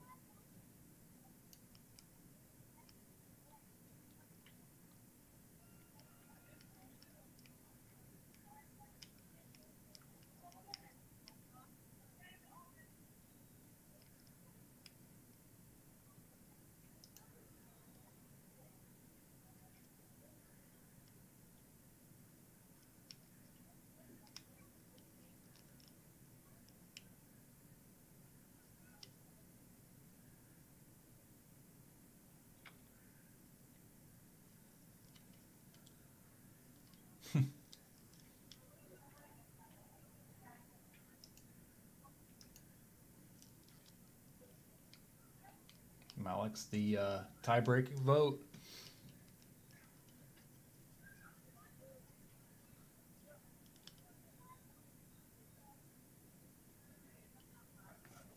That's a fair... We might learn a few things, Malik, by helping this man of how this place works. But we're not destined to stay here. We're destined to go outside of this city. I don't believe we have the time to learn about the intricacies of the law here. From what I remember and can tell from what has happened, it is a merchant town run by merchant princes. So, I mean, it's kind of free for all, just don't mess with the princes. You have, and if this sways anybody's decision or not, Daniel, you have heard of people standing in for the accused. Oh, like a champion. God damn it.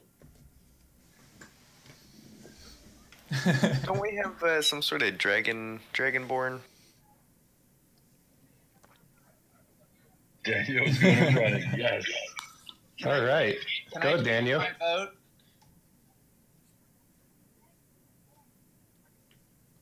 What does being some kind of dragonborn have anything to do with this?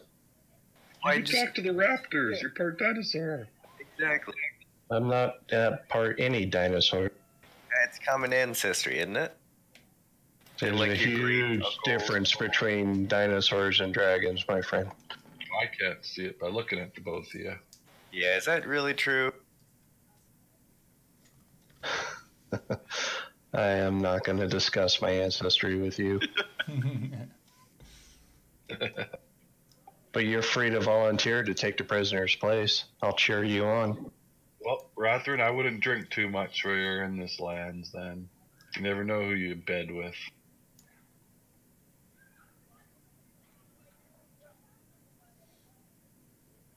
Yeah, sometimes it's a dinosaur.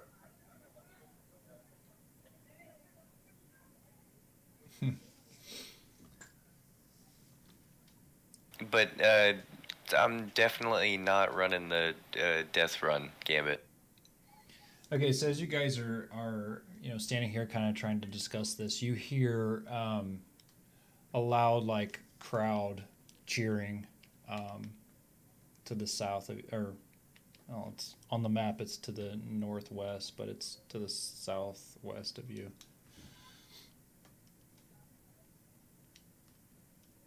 Oh, let's head towards that laughter and cheering, guys. See what this is about. Sounds good. Okay, so you make your way to through the gates of the wall into Old City. Definitely seems more run down here than it does inside the gates, but ahead of you, the road kind of splits, and in the center is a rectangular stone-lined pit that's 15 feet deep, 50 feet wide, and 200 feet long. Inside the pit, you can see 2 velociraptors. Fuck you. I ain't going in there. And on the far end, you can see some knotted ropes that are up the wall. So it looks like, from what you can tell, the the accused get put in on the side that you're in, and they have to run to the far side and climb up the ropes. You see, there's spectators. They're on both sides of the walls here. You see even some fancy, fancy dressed folk. Some more of the upper class are here as well. So it's not just the poor. It's all types of society are here.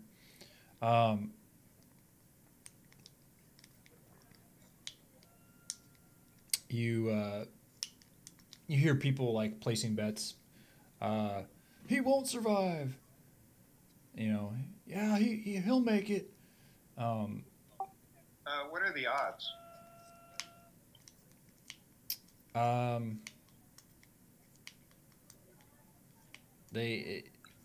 So you see that you asked the guy that's taking the bets. Yeah. Yeah. Well, if you honestly, there's no rules on this, so I'm just gonna make this up. But if he double your money, if you're right.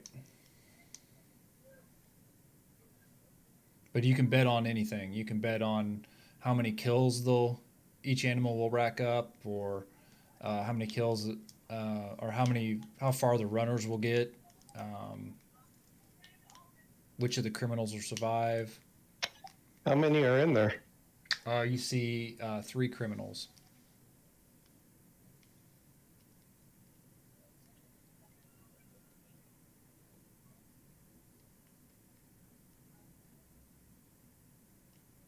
Can I wager 10 gold that 2 out of the 3 die? Yes. Yeah, how much gold you said? 10 gold, sir. Okay. 2 out of 3 survive. 10 gold. No, I'm two, betting. two out of the 3 die. Oh, 2 out of 3 die. All right. You said there's 2 velociraptors in there, right? Yes. Yep. I'm gonna bet money on Daniel. 6 gold to live. I'm not running. You kidding? That's crazy. I put my hand on your thigh since that's as high as I could reach, and bless you with guidance. There, this will help you. What do I feel? So Guided. you could roll a 1d4 and add that number to an ability check of your choice. Ooh. What do you get if you fight and win? Exonerated, right? Yeah, you would get exonerated, but you could always place bets on yourself. If you're not going, Daniel, Sanka should go. He's quick-footed. No. I'll do it. There you go. Now we're talking. Yeah. I'll put 60 gold on myself. I'm adding 6 to that too. Wait, who's running it? So Raythan, you see the person that you just talked to, and you see her kind of leaning over and talking to a man. Or sorry, he. I keep forgetting that they're homosexual. Can I hear what they're saying? Just like, I love you. I'm sorry. You know, I know you're innocent. Da da da da. I'll walk over there. Okay. What were you saying, Malik? Oh. I put it there in chat. Okay. All right.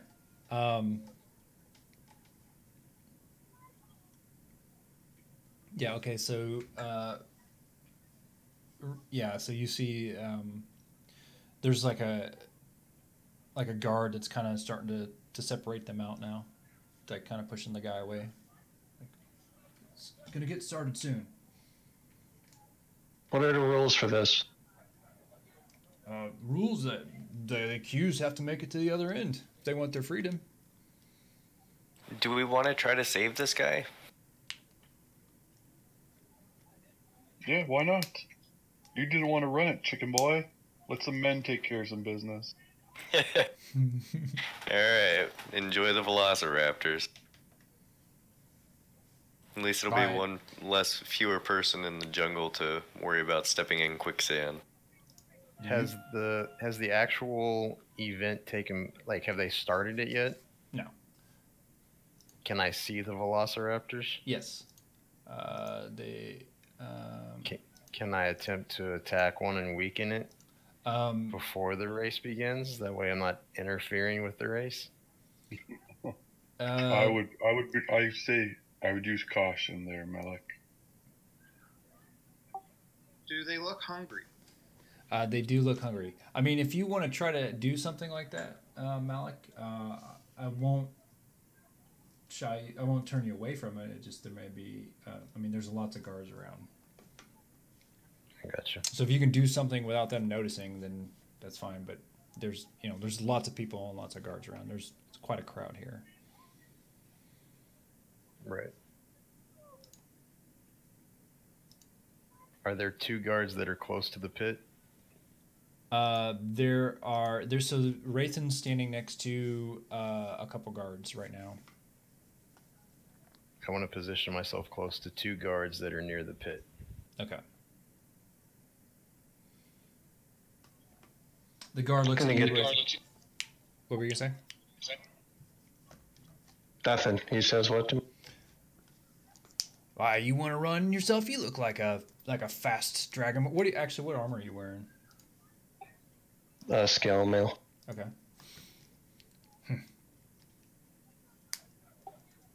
You want to run? I point at one of the prisoner, the one we're trying to save. Okay. I'll run in his place. All right. He nudges his other guard. This one wants to take Drowsa's place. Well, Drowsa. He leans over. Drowsa, get up here. You got to stand in. So they lower a rope down, and he climbs up. The others are trying to get on the rope too, but the guards are kind of stabbing their swords at him to try to keep him back. Hop on in. I jump in. You hear the crowd like kind of cheering now because this,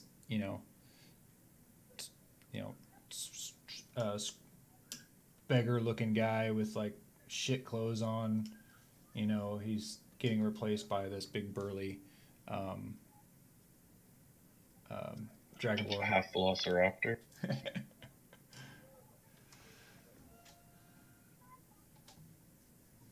So you see guards on the far end. They're getting the ropes ready.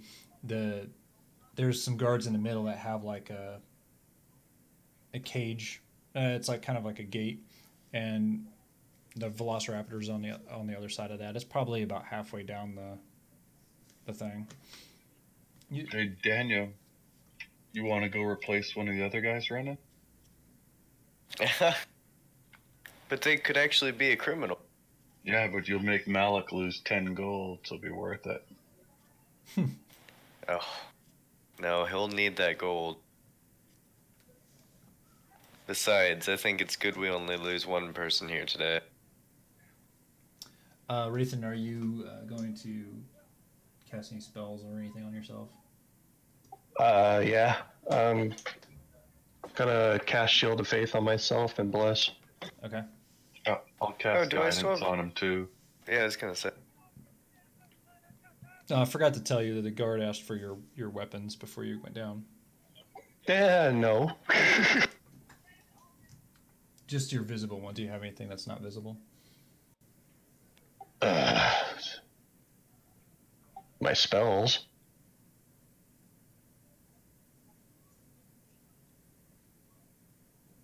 Yeah, they never Oh, said. you motherfucker. Alright, I hand over my greatsword. Fuck it. You sure I you can do still want this. to run it? Yeah, I could do it. I'm no chicken. I could take your place. We've No, tried you calling you wouldn't. there the whole time, and you chickened out, chicken boy. I just know what it's going on down there. So there's a gentleman that starts speaking.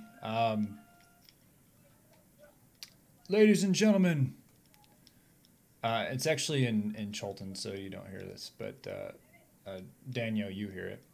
He says, "Ladies and gentlemen, the accused are now ready to run executioner's run."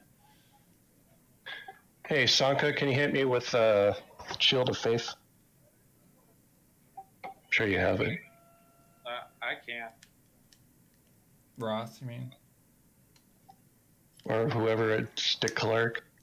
Yeah, I don't. I can give you guidance. That's it.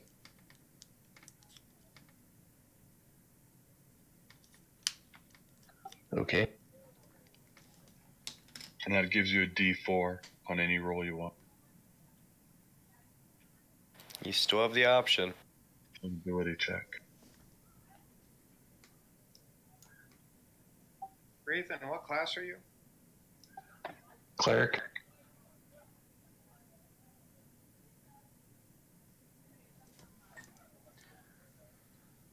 Okay, so the man that's announcing things, you see him point to the gates, and he points to the runners, and the runners next to you, Rathan, like they're like shaking, and like one of them's got like piss running down his legs.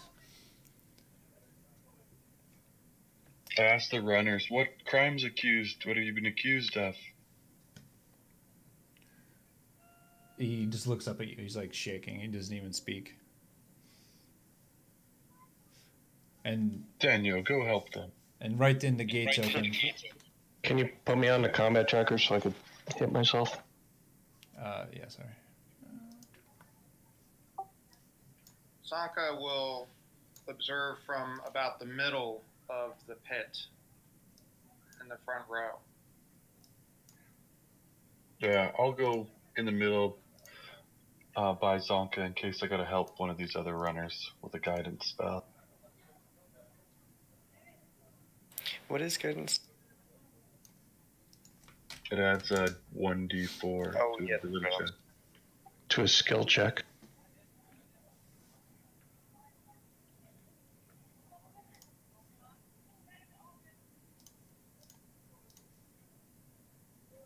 Okay, the gates open, and you see the velociraptors now are visible to you in the pit, and the runner guys are kind of, one of them takes off running right for him. The other guy is kind of looking at you like, "What are you gonna do?"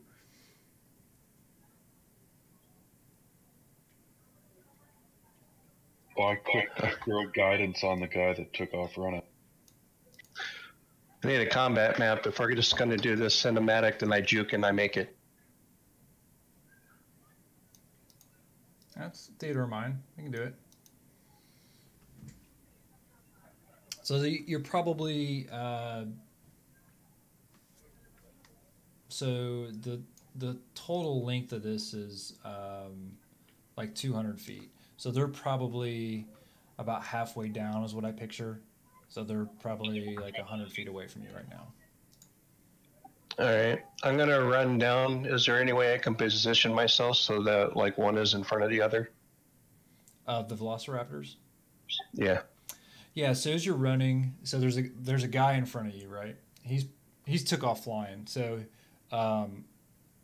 he went out all out sprint, and you see the velociraptors kind of they right when the gates open, they kind of stand there and they look. They don't move right away, and then they see the guy running at them, and then they start to, you know, slowly at first, and then they're picking up speed. So they're going right for that guy, and one is kind of in front of the other, kind of offset a little bit. All right. I'll start to sprint and I'll juke over and nail them both with my dragon breath. Awesome. Okay. So as you're running, you see the first velociraptor just runs up and just fucking like with his back claws, just rakes this guy across the chest, and because he's probably like 20 feet in front of you. So you see the one velociraptor like go and claw him, rakes across this guy's chest. He kind of leans over as he's getting clawed, and the other one comes up and like bites him on the shoulder. So they're both around this guy. And so you're gonna run up behind him and then do your breath. Yep. Okay, go ahead. So you just run up and like.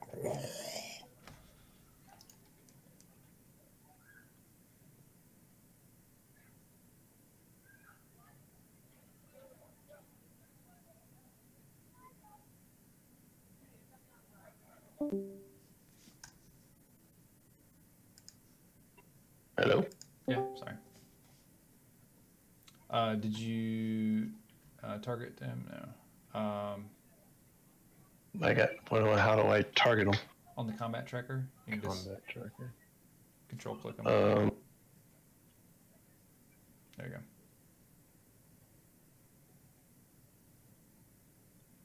All right, so both failed their saves.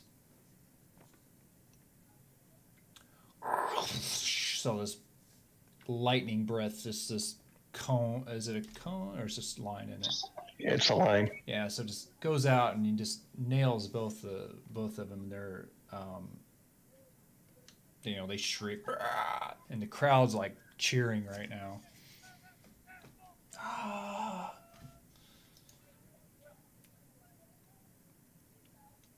And the as you kind of stop to position yourself to breathe the lightning, the other guy runs past you. He's trying to take advantage of this brief opportunity, and as he starts running past them, one of them, the one that's not biting the guy, he reaches over and just grabs the other guy, kind of like on his torso, pulls him to the ground, and the other one, when you hit him with the lightning, he had let go of the guy that he had on the shoulder, and pounces onto the guy that was trying to run past. So it looks like there's a little bit of an opening there for you if you want to try to run past. All right, I'll run past. Okay, so yeah, you run past. They will get just you'll get 2 attacks of opportunity. Hey, as he's about to run past them. Yep. How far away are they from me? Where did you say you were standing? In the front row, in the middle. Okay, they're not too far, maybe 30 feet. Okay. Can I I'd like to create a minor illusion. Okay. Of a very large side of red meat. Okay. To try and create a distraction so Rathan can run by. Okay, so you place it like kind of there next to the guy that they were biting? Yeah, so they don't have any attacks of opportunity if that's possible. What I will do is I will give them disadvantage to hit. Okay. So One claw tries to get you, Wraithen. Misses, and the other guy tries to get you with a bite, and misses, and you run past. And as you run past, you look and you see them, and they're continuing to maul. One of the raptors goes back over to the other guy because he was starting to get up after his shoulder, and it just pounces on him and takes him back to the ground. And you are able to run to the end and give me just an athletics check to see if you can climb up okay.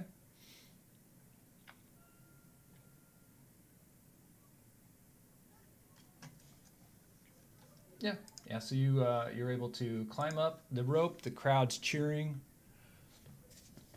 and the guards on that end, they kind of grab your arm and they hold it up in the air like a champion. And the announcer says in Chultan, Daniel, "We have a victor!"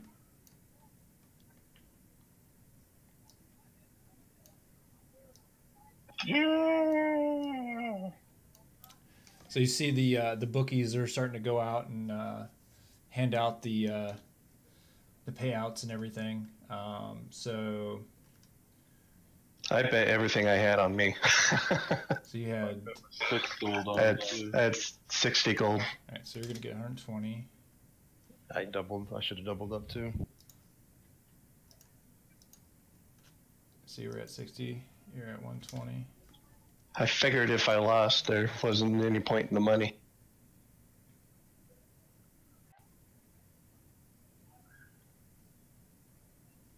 Sanka, you get 60 gold.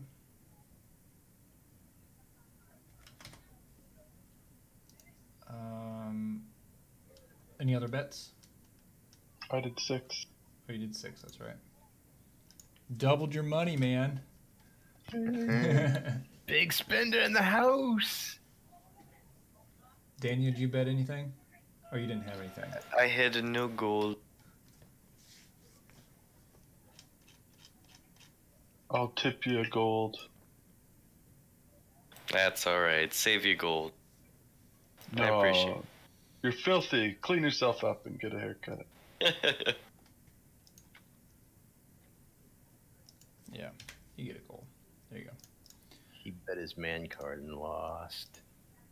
What did he get? The man comes up to you, Wraithen. Thank you. My innocence has been proven now. Yeah, were you actually innocent? I was. Okay, good.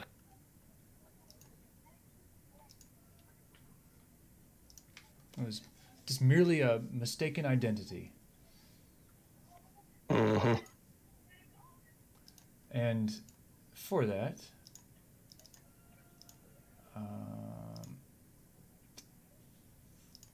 where would this be at?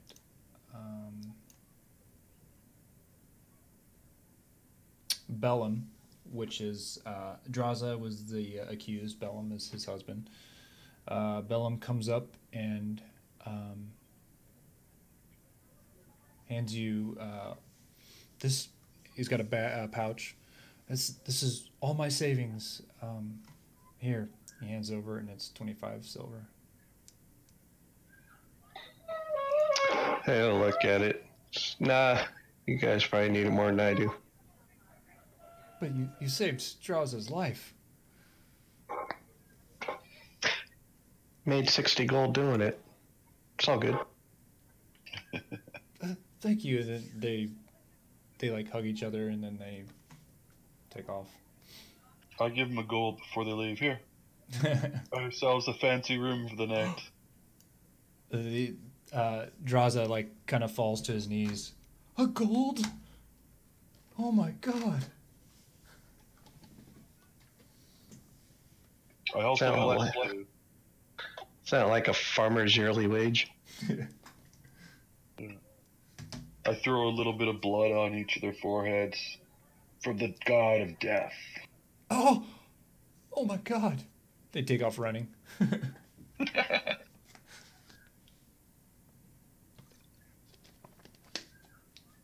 Okay. Yeah. What time is it?